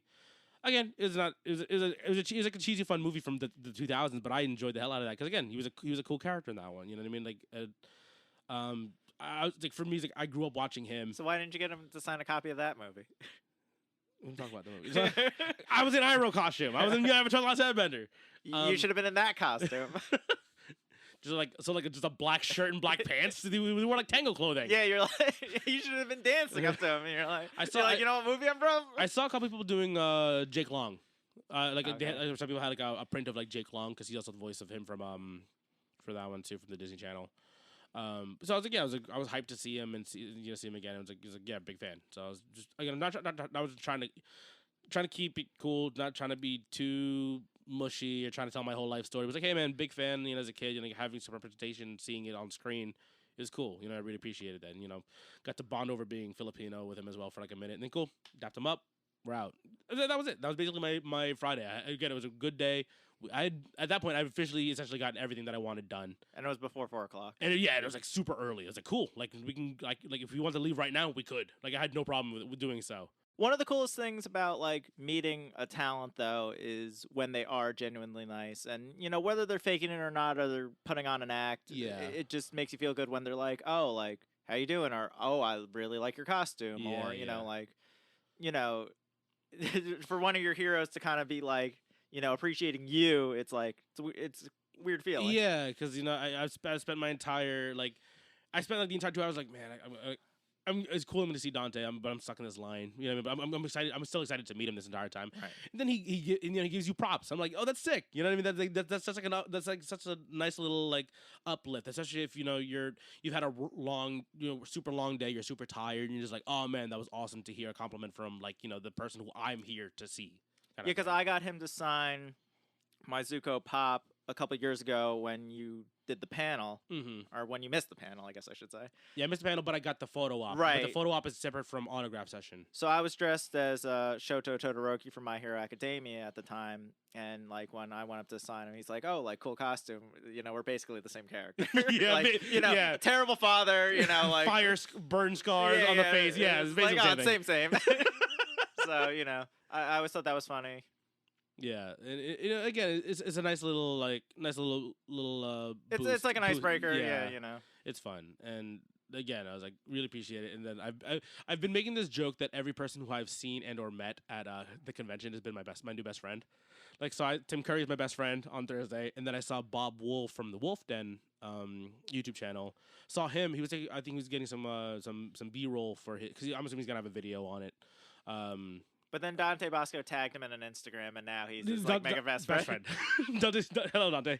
Hi, Dante. He's taken Lakan's brother's spot as his best man in his wedding, when he gets married. We're gonna edit Dante Bosco's IMDb and just have like best friend Lakan. But yeah, that was my Friday, and again, basically for the most part I was done, and I had a pretty good. I had a much better personal experience on Friday versus Thursday, because Thursday was a bit rough around there. Like there were some like parts of it was a little more hectic, I guess. Yeah, that rubbed me the wrong way a little bit too. But yes, I only went the 2 days, but that being said, I had a pretty solid 2 days, so good time for me. So how about you? My Friday was also better, like you said, I rushed in on Friday. I got the fig pins I missed out on. I got the logo. I got the Ahsoka. A couple more I needed. Then I knew I wanted to get some things signed. I knew these people were going to be there and that I could go get them signed. So I went to a booth to get my Brook Pop signed by Ian Sinclair, the voice actor. And he also is very nice. He was talking to everybody in the Brook voice, or he also does, you say it, Weiss. Weiss, yeah. From Dragon Ball. Mm-hmm. So, there was a good mix of people there for both. Both characters are pretty popular. Yeah. Both animes are very popular. And it was cool because he was wearing, like, One Piece stuff. He was like, yeah. Oh, cool. He was like, I walked by a booth before, and they were just handing me stuff to wear. And he was like, ooh, look at this book pack I got from there. And you're like, yeah, that's sick. Yeah, it was a sick book bag, but supposedly it's, like, almost $200. I was like, oof. Oh, jeez. Yeah, I was like, ooh, no, thank you. Well, good thing you're the talent. Just giving it away. Yeah, I'm like, yeah, give me the book bag. That's cool. Yeah, that's also cool to see, like, someone you're a fan of also be a fan of, like, what they're working on too. That's also very, very nice to see. Right, like I have seen some voice actors also cosplay as the character. Yeah. So I'm like, oh, that always makes it feel like, oh, it's coming alive too. Yeah. I also saw someone gave him a picture that they made. It was Brooke dressed as Weiss. Oh, really? And I was like, oh, that's like a sick collab. Yeah. That's awesome. But yeah, I got my pop sign. He wrote a quote on it. He wrote "yo ho ho" on it also. Yeah. So like, So when you get stuff signed, do you usually get it personalized to you as well too, or not? I try to. Right? Sometimes they charge a little extra for that, but like I'm like, oh, I have no intention of selling the signed stuff because I'm like, oh, I got the experience to meet the people. Like I wait in line. Like I'm gonna keep it unless someone's gonna give me like $1 million for it. I'm like. There's been a lot of that, obviously, especially in the last couple of years. It's gotten more and more. I feel like it's gotten a little bit insane, a little bit in the artist alley because of that. Yeah, because I noticed more voice actors or actors are charging more to get pop signed. Yeah, because I think they've realized a lot of people are just getting stuff signed just to sell it with their signature on it, essentially. Yeah, I guess I have a story for my next signature. Yeah. We'll get into it. Yeah, but like so because of that, essentially autographs have climbed in price because I think a lot of them have realized that people are just signing they even very clear now. Per signature, this is the price, and like you know what I mean, right? Or it says like, oh, Figma or collectible or pop signed is $80 compared to if you're just getting like a book piece signed of paper or something. Yeah, it's like $60 or whatever. But again, they're charging more for like the individual collectible items now. I mean, sure, make yours. You know what I mean. Get your cut. You know what I mean? Because if someone's gonna sell it for, I guess the thing is though, so many people are getting signatures now. It's like, oh, it is saturating the market. So it's like, are you really making that much money? Like, yeah. And to me, the experience of the signature is meeting the person. Yeah, like, for me as well, the same thing. It's like meeting. Like, them, oh, it's cool. Being a fan, having like a memory of meeting the person. Like, them getting a quote on it. Because sometimes like I have a quote in mind for a character. Other times I'm like, oh, like what's. Like, because I watch a lot of the shonen animes, I'm like, what's your favorite move that you do? Yeah. Or okay. like, I know I got my All Might signed by Chris Sabat, and I was like, oh, I have like 2 or 3 quotes in mind. I said, I'm like, pick your favorite, and he picked his favorite. Yeah. So for me, I remember when I met Jesse Flowers, the voice of Toph. She asked me, "Do you want anything specifically in your thing?" I was like, "Just my name and whatever your favorite Toph quote is." And she put, I'm the melon lord." Right. And I was like, "That's a good quote. It's fine. It's just to Lakan, I'm the melon lord, and then Jesse her signature. It's great." With your Dante Bosco one, instead of Hi, hello, Zuko here. You had hello, Lakan, Zuko Zuko here. Yeah, so it gets personalized for me. And again, it's part of a book. I'm trying to get all of the voice actors, if possible, to sign their character pages, basically. And then he's gonna sell the book. Just the entire book. That just has my name plastered all over plastered it. all over. But it's for me. You know what I mean? That's what it is. Like I want this stuff for me. I want to personalize. I prefer it to be personalized. You know what I mean? Because ironically, I also have hello Zuko here. Yeah. As my and just because again, like a lot of people they sign. And then just a generic signature, and it's like, okay, I know exactly what's happening to that. It's getting put up online. You know what I mean? Yeah. For a lot of those. No, it's for me. I'm a nerd, and I follow them as a performer, as an actor, whatever, as a voice talent, anything. As an artist, it's like, yeah, no, I want this for me. This is for my collection. Okay. But yeah, so sorry for taking over that for a minute. But yeah, go for you said you're getting some stuff signed for. Yeah. So after that, I had a little time, so I was walking around checking out some other booths. I didn't, I said I bought a One Piece shirt from Bait, but then I didn't notice they had like a whole other kind of One Piece merch booth. It was in a collaboration with Dimmak. I think that's what Steven. Oh, Dimmak, yeah. Steven Aoki's. Yeah. Yeah, so they had a bunch of stuff. I stood online for like a couple hours for that. I got a One Piece hat. It's fire though. Like that collab is pretty sweet. Right. I got some pins there, and like the pins are like pretty gigantic, like really good size. Chunky pins, yeah. Marvel had some really big pins too, because Marvel Snap was doing pins, and those are character cards in the game. And then I spent like $150 there, so I got a tote with like one of the devil fruits on it. Oh, sick. Yeah. That's awesome. And because I originally wanted to buy the tote, and they were like, oh, you have to spend like a certain amount on these, and I'm like. And they're like, oh, and each specific day there's a different fruit. I'm like, fucking son of a bitch. Yeah, like, you're gonna catch me spending how much every day if you knew that was a deal. I'm like, you bastards. But they got my money, they got my time, so they won.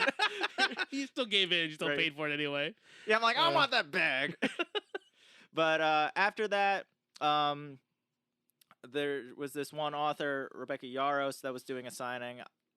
To be honest, I don't know who she is. My sister's friend, Adriana, asked me if I could go get that book for her. So I went and got the book, and I noticed there was already like 300-400 women waiting in line for the signature. Is she like a popular female writer? Is that why? Or I don't know. I don't know anything about her demographic. Maybe mostly female, I guess. Maybe that's what it seemed like waiting online. But there was a lot of people like dressed in costumes, I guess, of her books and stuff like that. But I was just like, I was just charged with getting this signature, and I was like, I already bought the book for $30, so I'm like, I'm getting the signature regardless. Yeah, you already spent. So I noticed like there was already staff there, like trying to calm the people down. It's like, oh, you guys are in like a mob, like you guys need to form a line. So when he was like, "Oh, you guys form up on this wall," I rushed to like the front of the wall. Yeah. And like in the chaos, in the chaos of already 400 people waiting there, and then like I'm one of the first 30 people. So good. I'm like, yes. Yeah. So look, lines are insane. Right at Comic-Con, you can't be nice. You have to be very aggressive.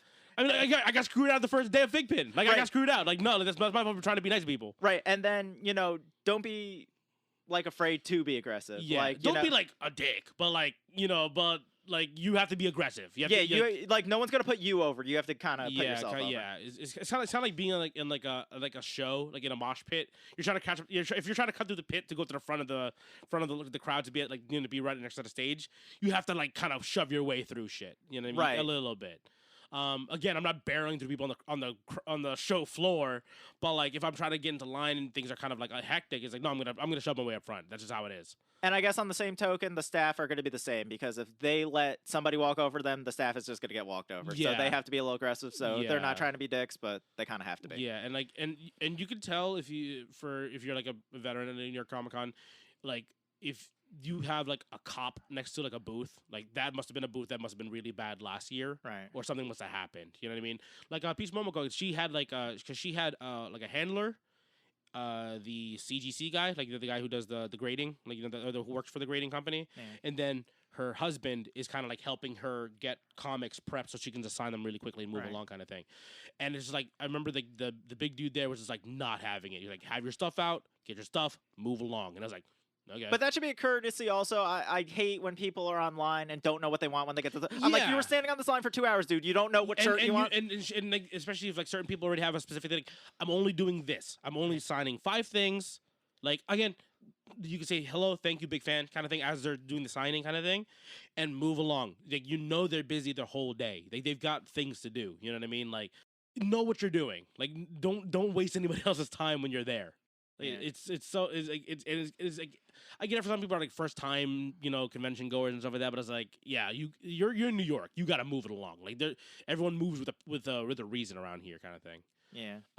So I got that book signed. Yeah. I tried to get it personalized, but she said she wasn't doing any personalization. Okay, so just a signature only. That's it. Yeah. Okay, we still got something out of it though, right?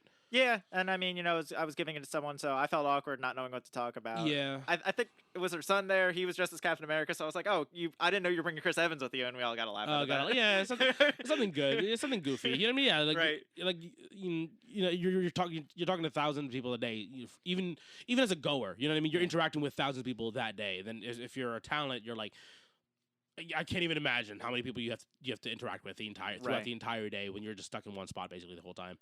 So like anything to like lighten up the mood and kind of make it a little more casual and have more fun with it. I'm sure they appreciate it. So right. So then after that, at the same time you were doing the Dante Bosco signing, I was doing for Mark Whitten. He's the voice of Rengoku or Sedith from Fire Emblem Three Houses.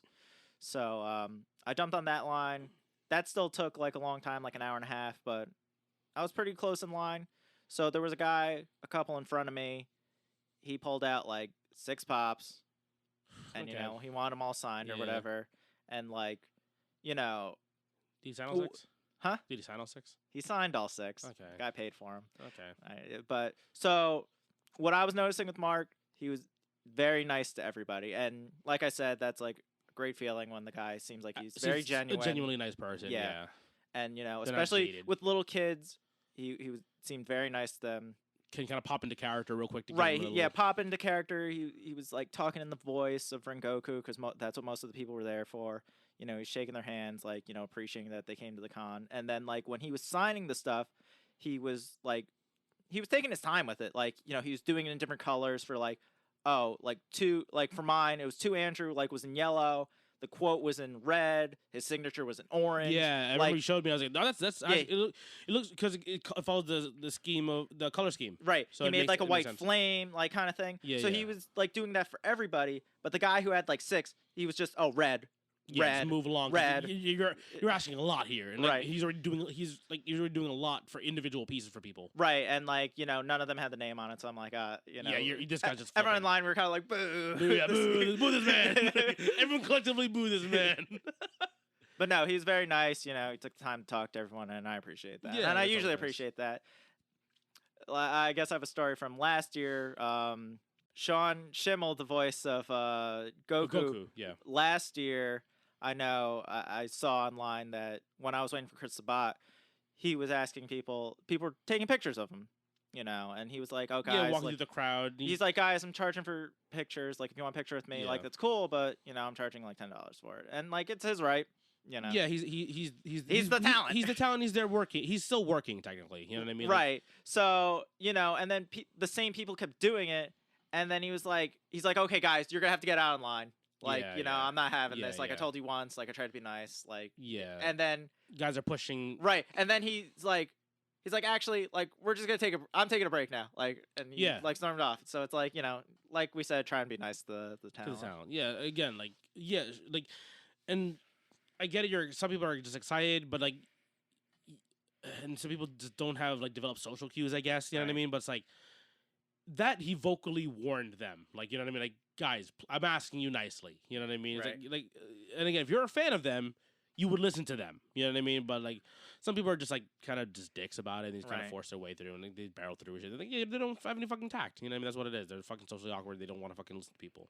And it sucks because then now it's like, oh, he's gonna take a break. Now you're stuck there waiting for however long until he actually wants to come back, kind of thing. You know what I mean? And if like Comic-Con is very scheduled, so it's like, oh, if you anticipated, oh, I'm gonna get this signature half hour, blah blah blah. Yeah. And now it's like, oh, and then I got this, and you have to be at a panel like in 2 hours. You're like, oh fuck, now my whole schedule's done. It's fucked, exactly. So yeah, like be nice. Like again, we just talked about like being like kind of pushy a little bit and kind of like not taking any shit from anybody, but like But listen to the talent. Yeah, at the very least, right? Yeah. Because they made this decide. I'm not coming back here ever again. Because Right. I don't like the crowd here. You know what I mean? Like you don't want that to happen. And I feel like I see Chris Sabat a lot. I don't see Goku a lot. No, Shemel's not. I don't think he's like as regular to like, at least this area, from my understanding. Like I think Right, because that was the first time I saw him, and maybe in New York, right? Like I've been only seen him like maybe once before, Right. Like, but that's really about it.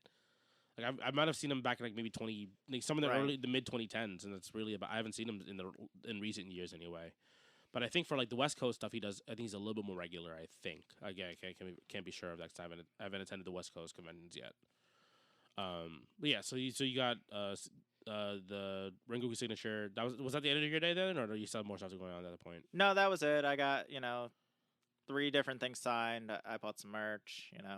Yeah, that's the thing. Got the extra pins merch. I needed, and then it was kind of like I ate some food or. Yeah, that's because again, like the thing is, usually when I'm in cosplay, I mean yours was a little different because you when I'm in cosplay, I try not to buy too much because I don't want to be like carrying a bunch of stuff while I'm in costume because it also like to like have to take a photo. I was like, okay, let me take the backpack off, let me drop the bag, so to kind of get back into kind of character to get a properly good photo or whatever, right? Because even though you're not acting as the character, you're kind of embodying the character a little bit for the day. You know what I mean? If people want to see a picture of you or see you got to do something, like I did the Fire Nation salute pretty often throughout the whole day yesterday or on Friday. So it's something. You know what I when mean? I was Makoto, I had the evoker, so like I would always point it to my head. Yeah. To be the pose, exactly. to do the pose. The iconic pose. Yeah. So you want like luckily for that one, like if you have a backpack, you can it kind of hides itself in like the black of your kind of suit jacket or your coat or whatever. Right, and I'm a high school student anyway. It makes sense to have you have right? a backpack on, exactly. Yeah. But for me, it's like Uncle Iroh just rocking this military looking backpack. It's like, Right. what's happening over here? He is military. Yeah, he is, but it's like, we're talking, but not not American. not American Molly gear and all that stuff. Yeah, but I had a pretty solid Thursday, Friday for me, and then you went yesterday as well, right? And then I also went Saturday. Yeah, you're man. I thought I was feeling rough on Friday when I passed out on Friday night. I did not wake up until like 1 p.m. on like Saturday. I woke up. I had something else to do on Saturday, and I just was like, "Oh God!" I woke up so late. And I just messaged who I needed to do. I was like, "Hey, can I just do this from home?" Like, I'm just like, I'm sorry. It's just like I'm feeling like trash today with like the meanest headache, super and like I've been popping these I have these electrolyte powders. Yeah. And I've been nonstop with those. Just what I mean? Because like I've even though like I drink a decent amount of water at these conventions, I don't want to drink too much because I don't want it to stop. Oh yeah, bathroom. Like, there's also a line for the bathroom. There's a line for the bathroom, and by like. And those bathrooms are pretty gross by the second hour. Yeah, by like an hour in, they're already pretty rough. And this is like, man, I want to try not to be using the restrooms as much as I can, if possible, in the convention center. So I'm usually a little cranky because, like you said, like no coffee for you. Yeah, in the no mornings. coffee. So I'm just like, oh man, like. Yeah, you're kind of on edge already to begin with. But I had like a little bit of tea, just a little bit of caffeine to get me through the beginning part of the day. And then by the later half of the day, it's like, no, just give me Coke. Like, I just need like a Coca-Cola, Sprite. Cocaine. Yeah, cocaine. Hard drugs. But like Coke, ginger ale, anything was like, I will pay $7 for a bottle of Coke. I just need sugar. I need to get through this shit. But yeah, so for your Saturday, so you went Saturday again. It was raining, unfortunately, this time, this weekend. Yeah, luckily, it didn't start, really it was down. like drizzling a little bit when I got there, but when they let us in, it wasn't raining hard at all. So Okay. I'm like, oh, good. But that also packs the building more because now there's nobody hanging out outside. Yeah, but luckily, And it's Saturday too. by that time I knew the floor layout. A lot of people, they only buy the Saturday tickets, so they're still wandering around what to do. I'm like, I know what I gotta do. Oh, okay, so you're kind of moving around the casual people. Some of my friends were like, oh, can you pick this up for me, So I'm like, no, you're helping friends out of this point. right. So I'm like, oh, like I had my game plan down. I have to jump here first, jump here next, and I banged that out real fast. So And then what was after that? Because it was mostly for you at that point, right? Because you already got most of your stuff. It was mostly for me. So I banged out the 2 things that I had to get, and then you know, like I said, they got me again. I had to get the second bag from from Bait. no, from Dimmock. Oh, Dimmock. I mean, yeah. Yeah. So then I got the heart-shaped devil fruit on the bag, yeah. and I wanted the hat and stuff like that. So it's like it was stuff that I wanted, but I was like, you fiends, you got me, you bastards. And then you wanted me to get your John Wick comic signed, so I had the graphic novel signed. Unfortunately, I didn't see him on Thursday on my first loop, and then on Friday when I went through all of Artist Alleys, I saw I was like, oh shit! If I knew you were here, I would have brought the because I was already bringing a book for Dante Bosco to sign on Friday. Yeah. So if I knew that, I would have brought the other graphic novel, the John Wick graphic novel. So I gave it to Buffa, and since he was hitting Saturday, and I was a maybe on Saturday, and I was a maybe on Sunday. So I was like, play it safe. Just Buffa, can you just get a sign for me? You don't have anything else to do anyway. Or you said your personal stuff is much lighter to do anyway, so he could just swing by whenever he wanted to. So I got a Giovanni Villarda to sign my graphic novel of John Wick. So that was cool. Again, for me, it's just stuff for me at this point. You know what I mean? It's like I'm not selling any of this stuff anyway. I don't care if it's like authenticated or whatever. It's just for me. Thank you again for that. Appreciate you. So I was able to hit the 3 booths and get the thing signed, and it was before like 11:30. So I was like, oh damn! So you had the whole day to yourself. Yeah. So I'm like, oh, now I could just walk around and like actually look at booths and just calmly, like if I see a line, like I could choose to wait in it, I could choose not to wait in it. Mm-hmm. So Saturday was very calm because I had everything done. Yeah. So and like I felt the same on Friday. I was like, oh, the weight was lifted. That I got most of what I needed on Thursday. We only took really like 1 L on Thursday, basically. Which kind of set the tone for the rest of our last couple of days. Yeah. That being said, though, we did have a bit of a mini rant on was that Thursday or Friday when we were having like the rant to ourselves in the car. Thursday, I think. Thursday, yeah, because Friday we were feeling pretty good because again we got everything we needed, and like I was on that high from getting featured on Dante Bosco's story on Instagram. But on Thursday we had like a rant in the car. We were talking about like the vibe, just all the things we don't like. All the things we don't like about convention culture. So like as much as we enjoy being nerds and getting to be around other nerds and stuff like that, and like meeting voice actors and actors and artists and talent basically all around, right? It's a cool place. And the energy is very, very fun. The degenning, like the rushing to stand for collectibles, the people who are there for nothing other than to make money is like I'm like on my last nerve. Like I've made it vocal before that PAX is my favorite convention now, and I'm enjoying Anime NYC a lot. And I'm only going once out of the 3 days usually, but I'm enjoying myself. That being said, New York Comic Con has a whole special place in my heart because it was my first big convention.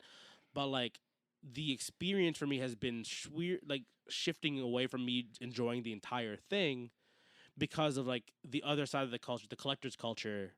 That's kind of been that's infiltrated it, and again, it's not even like a collector. They're just there to scout basically, and like I'm getting really, really tired of it. Like I don't like coming in early. I don't want to have to like rush to all these booths to grab one thing that I want. You know what I mean? And it's like for me, I'm getting really tired of it. And it's like it's kind of hurting my experience overall. Again, this year was a little bit different because we got lucky on basically everything right off the bat. Yeah, and like I didn't have to worry about it anymore. But like I do remember like that feeling of like. I hate when like I'm waiting in line and I hear the guy from like, hey man, you mind picking up one of these? My friend wasn't able to come here. You mind picking up one of these? Like, okay, sure. But then he turns out to the next person goes, hey man, like my friend wasn't able to come through. Could you think? Like, you motherfucker, you're asking 6 people to and telling you the same fucking bullshit story so you can have fucking 6 other pieces for you to sell. You know what I mean? It's like fuck you. Well, that's like a couple years ago. I got a ticket to the MetaZoo booth. I didn't know what it was. I wasn't really interested in it, so I asked Lakan. And he had a friend, Norm. Who's really into MetaZoo. Friend of the show. Yeah, friend of the show. What's up, Norm? He was like, oh, he's really into this. Like, would you give him the ticket or whatever? And yeah, he likes collecting the cards for it. That's why. So it's a collectible card battling game, kind of Magic the Gathering-ish. So I was like, yeah, sure. Like, I'm not gonna do it anyway, and I have to leave early anyway for dinner with my family. So I gave him the card, and when I was on a line. I forget for what it was. The guy was like, "Oh, I would have paid you like a bunch of money for it." And I was like, "I'm giving it to my friend, dude. It's not like I'm just giving." He was like aggressive about it too. It was like, "I don't fucking know you, dude. Calm the fuck down." Like, yeah, I'm like, "Turn around! Like, what are you doing?" Yeah, I was like, "Get the fuck out of here, dude." Yeah, like that part of the culture I've not been enjoying for conventions because again, Anime NYC is smaller and there's not as many exclusives there. I think that's probably why it's not as much of an issue, right? And then PAX is different because there's exclusives, but like. it's more of like a hunt. It's more of like it's like a scavenger hunt or like pin trading and stuff like that. So it's more fun. It's community bonding kind of thing. You know what I mean? No, they want you to go out to all the other booths and try shit out, get to trade the pins, and it's like it's for you. You know what I mean? And then this was very forward facing for like the fans kind of thing. You know what I mean? So I've been kind of like not jaded, like not fully jaded anyway, but like I've been getting tired of it, of like a little bit of like the weird like clash of I guess culture, what I expect to see at a Comic-Con versus what I'm actually experiencing, or at least what I'm noticing. You know what I mean? So for me, like, obviously for both of us, they keep pulling us in with the exclusives. Like, I'll be honest about that. I when I see a cool exclusive, I'm like, well, shit, I have to have it. I want it. Yeah, exactly. I want it. Oh, this is something from a series I collect or whatever. But like on that token, I hate it because I'm like, oh, I know I'm gonna have to wake up early and rush for it. But then on the same token, I'm like, the thrill of rushing for it and getting a win of it and getting it, or like, oh, I'm the first in line, or like, oh, I could get this quick. I don't know. I get like a good feeling about that, or like it does hype me up. I get it, and also like if it's something that like can flip right away too. I get it. Like you can essentially make your money back from Comic-Con like within the first hour. Right. Like a couple years ago, I won the pop lottery and got on the line, and I was like the last person of that day to get the pink chrome Batman, which was limited to I believe 3,000 pieces, or somewhere thereabout. And like I was hyped to get it because, I'll be honest, not a big Batman fan, but I was like, oh, I know this is going to be worth a few $100s. Yeah. So as soon as I got off the line, someone was like, I'll give you like $700 for that. And I looked at it and I was like, well, yeah, I don't need it. So $700 right there. Take the cash right there and there. Yeah. And I'm like, oh, that paid for like my convention day. Yeah. Just right there. Yeah. That's absolutely fair. I get that part. You know what I mean? But I guess though, I've felt calmer at Comic-Con now that like Funko is like either a lottery or reservation. You don't have to work. You don't have to just lose your whole day waiting. That was kind of like my one big collecting thing before I got into like fig pins or like Figmas or like some of the other stuff. But now that like I noticed everyone kind of waits for it, like that standby line at New York Comic Con now is crazy because then they usher everyone back up into the basement, and the basement's like full, and I'm like, it's the whole day. Right, I'm like, it's 12 o'clock. Like you're gonna have to wait like 5 hours just doing nothing. These are still slots. Right, like you're gonna wipe out your whole convention day, and you might not even get the one you want. So like now that I don't have to, like when I first started going, like if you didn't get a slot, like there wasn't like that long of a wait as like a standby line. So I'm like, oh, I can line up here at 5 o'clock, and when the showroom's gonna close in a couple hours, they're gonna have, I'm still gonna get stuff. Like, and I'm still gonna get most of the stuff. Now it's like, oh, I might not get anything, and I waited 5 hours in the basement to do nothing. You've lost your entire day of like what's supposed to be like a fun convention for you to look at cool shit at. Yeah, now it's just stress. Just stress, and you're waiting in a basement looking at the same fucking four walls. So now, like, if I don't win the Funko lottery, I'm like, whatever. It happens. Yeah, and maybe a friend of ours can hook us up or something or help us out or whatever.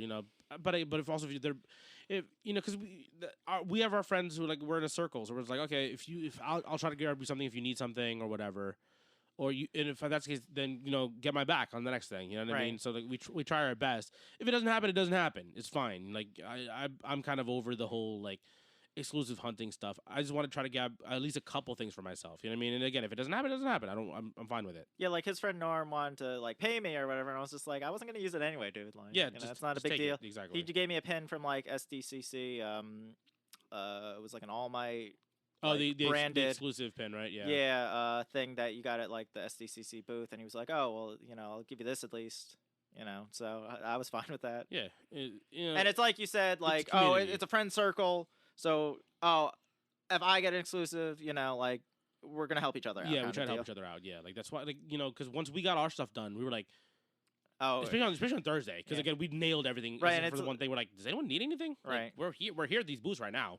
Mm-hmm. Like, our friend Jason had no idea where the hell he's going. So, it's like, I just, like, let him over to Plastic Empire, and I was like, here you go. This is where you're waiting the next time. For the next 15, 20 minutes. But at least you're here, kind of thing. We got a mostly dubs, basically, this entire year. It's pretty good, and except for the fact that I guess on Thursday we were just so super tired and so like kind of annoyed at everything. That's why we also I've woken up at 4 o'clock the past 3 days in a row now. So now you're just cranky and like and tired and and you're walking around standing in line. So you do get a little on edge, but looking back on it, I could be like, oh, it's fun. And I guess to finish up my Saturday, after I got all my stuff, I went to the Chris Evans panel. Oh, you actually went to the panel still? Yeah. Oh, sick. That was really cool. I was like, the line of questioning they were doing at the interview I thought was weird. I was like, oh, they're not going to ask him about Marvel or Captain America, like, at all. And I was like, oh, the actor strike is still going on. They really can't ask these people questions about movies and stuff. Because, like, they were talking about his dog a lot. A lot of personal stuff. Yeah, they were talking about him getting married. Oh, man. And I was like, that's weird. I was like, what is this panel? Like, what are we talking about? Well, and then the same thing with Ewan McGregor. Yeah, they were talking about how to make, like, tea or whatever because he's, European. He's Scottish or something, right? McGregor. So, yeah, it's Scottish, right? Yeah, and then one of those. But also, he's also like a big motorcycle guy. I'm assuming they probably talked about that a little bit too. Yeah, we probably forgot to mention that altogether. Yeah, there's a writer's strike going on. So the writers are back. Well, the writers are back. But the actors are still on strike. But like a lot of talent are not here because of the SAG strike. Yeah. So and again like. A lot of the talent that are here are limiting what they're allowed to talk about because they're not doing promoting for anything because they're that's work. Right. They don't want to. They're on strike right now. So yeah, this is a weird Comic-Con for other reasons, I guess. But it was cool to see him. He they said he doesn't really come to the do the East Coast cons as much anymore. He's from Boston, but now that he lives in LA, that he doesn't come this side to do the conventions anymore. So I was like, oh, it's still cool to see. I loved him as Captain America, I did want to see the panel. Yeah, I get it. And then after I did that, I was like, oh, I'm really tired. It finally hits you. It finally hits you. Yeah, because that was the first time I was like, because I got and you were solo yesterday, right? And I was there like a half hour early, and I was sitting for. I think his panel went to 1:30, and then when I finally got up, I'm like, I was sitting for an hour and a half. I was like, I'm tired. Yeah. I think I hit Pin Club, and that was it. I was like, I'm done. Yeah, Pin Club I grabbed a couple things on the way out, and that was really it for me on Friday anyway. So yeah, that's cool. It's a relatively relaxed Saturday. You get to see something cool, at least a little bit. Kind of like a little topper off your New York Comic Con weekend. I also had the reservation for the One Piece villain. Panel, but I think that was at 7:30, 8 o'clock. I was like, I'm not waiting. You're wiped already. Again, that's three days in a row. You've been getting up at 4 o'clock a.m. And then it was also like the rain started picking up, so I was like, I don't want to. I just want to go home. Did you drive in? You took the train in? No, I took the train in. Okay. Because I was like, I think $70 for us to park each day. I'm like, I don't want to pay. I don't want to pay the tolls to drive in, and pay for the parking when it's just me and I'm not really carrying anything. Yeah, because that's one thing that I realized the last couple of years, starting since 2019, I think, because it was Jeff, because he drove in because he knows we're always buying collectibles. Yeah. So it's like, no, I don't want to take on the train or get onto the bus with all this shit because it's annoying. Yeah. And then you're taking up a whole seat by yourself, and if you're riding with a crew. Yeah. It's you're just eating up all the space. It's annoying. You're scared if someone's gonna smash your shit by accident. Because there's people like, hey, move your shit. I'm on the fucking bus. I have to go home. Yeah. And it's like, oh, sorry. I'm coming from a convention. I'm carrying all this stuff. I'm eating up all this extra space. And especially if they're collectibles, you don't want people fucking touching your shit. You know what I mean? So it's like, okay, no, we'll just drive in ourselves. We'll bring our own shit. And I did that since 2019.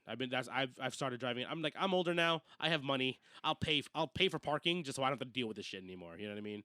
And you kind of joined us for the first time last year, right? Yeah. Doing that whole thing, because last year you rode back with us, and you had a lot of shit with you on that first day. So it made sense for you to just ride back with us. We have a bunch of room in Jeff's car anyway. It's fine. Yeah.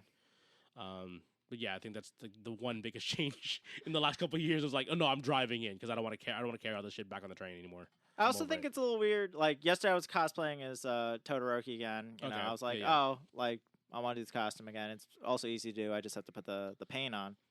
And I always think it's weird, when I walk by a booth and they're like, oh, you want to buy this Todoroki thing? And I'm like, I have enough Todoroki. Yeah, I'm a fan. I already bought all the shit. Yeah, it's not like I haven't bought statues or whatever. Yeah, it's weird. That being said, though, I like that little boost of energy I get when someone goes from the booth or from someone like a vendor goes, "Hey man, nice cosplay." He's like, "Thank you." Thank you, fellow fan. It's just a nice little upper. You know what I mean? Especially after a long weekend. So, but yeah, it sounds like a solid day for you yesterday. It was pretty relaxing. That's good. It was. And again, we had a lot of friends we had met up along the way. Some friends who are first time ever. And Norm's actually there right now with his wife and his daughter. They're doing the Spy Family cosplay. I was like, that's fun. Unfortunately, I'm not going today. I have a lot of things going on today. I'm very tired, very busy. I have another wedding today, so yeah, exactly. I'm not stopping except for this. Yeah, so I mean, after this is done, you're basically good for this. You're good for a little bit, right? You have a little bit of time to break until I guess Anime NYCC. Yeah, I've got a wedding in a couple weeks, and then the week after that wedding. Oh, I have a third wedding, I guess, the beginning of November. Yeah, so, so after that wedding that I'm doing in Vegas, I'm going to Anime NYC the next weekend. So yeah. we're I not have done to hope yet. the wallet recovers. Yeah, yeah. I have to behave the next couple weeks, just to make sure that I don't put myself too much in the red for these next. And then Christmas is shortly after that.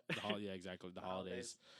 That's fine, but it's fun. That's the reason why I'm looking forward to Anime NYC. That's gonna be a fun convention. Right. And we're going on a different day than we usually do. We usually do Sundays. We're doing Saturday this time, so it should be a little livelier. I'm sure. I do feel like even though booths and tables at conventions, they do try and spread out their merchandise for all the days. It's just like is they a little bit nervous on the last day? You do notice on Sunday that it's just they sell out pretty early. Yeah, they do sell out very early because maybe they did do some extra stock on the Friday, the Saturday, or the Thursday for New York Comic Con. I mean, we heard what was it on yesterday? We heard about the. Yeah, I heard Funko was booth. like trying to liquidate a lot of their stuff. Yeah, like they were like, oh, now so people can buy like multiple of our friend who's going today, hopefully can try to get you the one last like pop you wanted. Right. If not, they're sold out by like 10:30. Yeah. Yeah. So I don't know. We'll see what happens. We'll find out later today. But yeah, you got anything else you want to touch upon before? I think we covered basically our entire weekend, so I had a pretty good time overall. Again, aside from that one tired rant we had to have in the car about like how annoyed we were about the collector culture. I think that was mostly just crankiness, but Comic-Con is a love and hate relationship. I do think like if you're listening to this and you haven't gone to like a convention, big like convention. I mean, I guess even if you haven't gone to any convention, it's just like check one out. It is a good experience. Yeah. Like it's not just comics, it's not just anime, it's a little bit of everything. Yeah. Like, if you like pin collecting, if you like art collecting, anything. Like I said, there was like regular, novel artists there at New York Comic Con. Yeah. There's actors, there's musicians. Yeah, even. I met Walter Jones randomly walking around. Also his best friend. Yeah, the OG Black Ranger. He just walking around. I think it was right before his booth opened up. I think it was. So like the handler was like trying to like no free photos, and I was like, oh, come on, man. Like he just shook my hand. Like, come on. But I do love it. It's tiring. It's kind of like going to Disney World. It's just like yeah. when you're like, there's always gonna be like a lull or like a low in it when you're in it. You know what I mean? But you look back at the overall experience, you're like that was a good time. Yeah. You know what I mean? I was like, yeah, that was fun. Yeah. Like I keep going. Yeah, and like especially for me, is like there's always that one day afterwards where I'm unloading all of my shit out of my bags, out of my you know what I mean, like I'm like, oh, this is really cool. I'm glad I bought this. Yeah, like again, I think I have like, photos to frame, I have prints to frame, and I put a couple things into like the folder just so they don't get destroyed while I try to find time to put them up on my walls or whatever. It's like, oh man, this is nice. You know what I mean?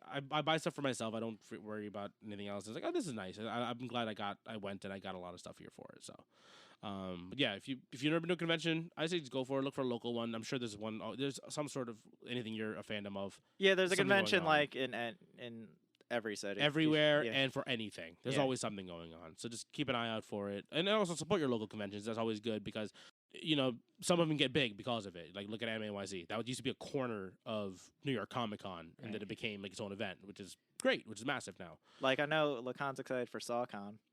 No, I'm not doing this.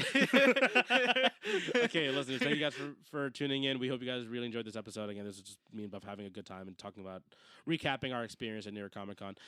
Heads up, again, Buffa, thank you much again for stepping in again for Jeff here. I know Jeff's schedule's been really rough to deal with, and you've been really flexible and really appreciate you for helping us out here, basically. So. No problem. I love being here. I can't wait till my name's in the headline. And listeners, we do have Jeff slated for regular episodes coming back up again. Maybe. We're still trying our best to make our schedule happen. But thank you guys for tuning in. We hope you guys enjoyed this one. We'll see you guys in the next episode. Take care. Peace out, NPCs.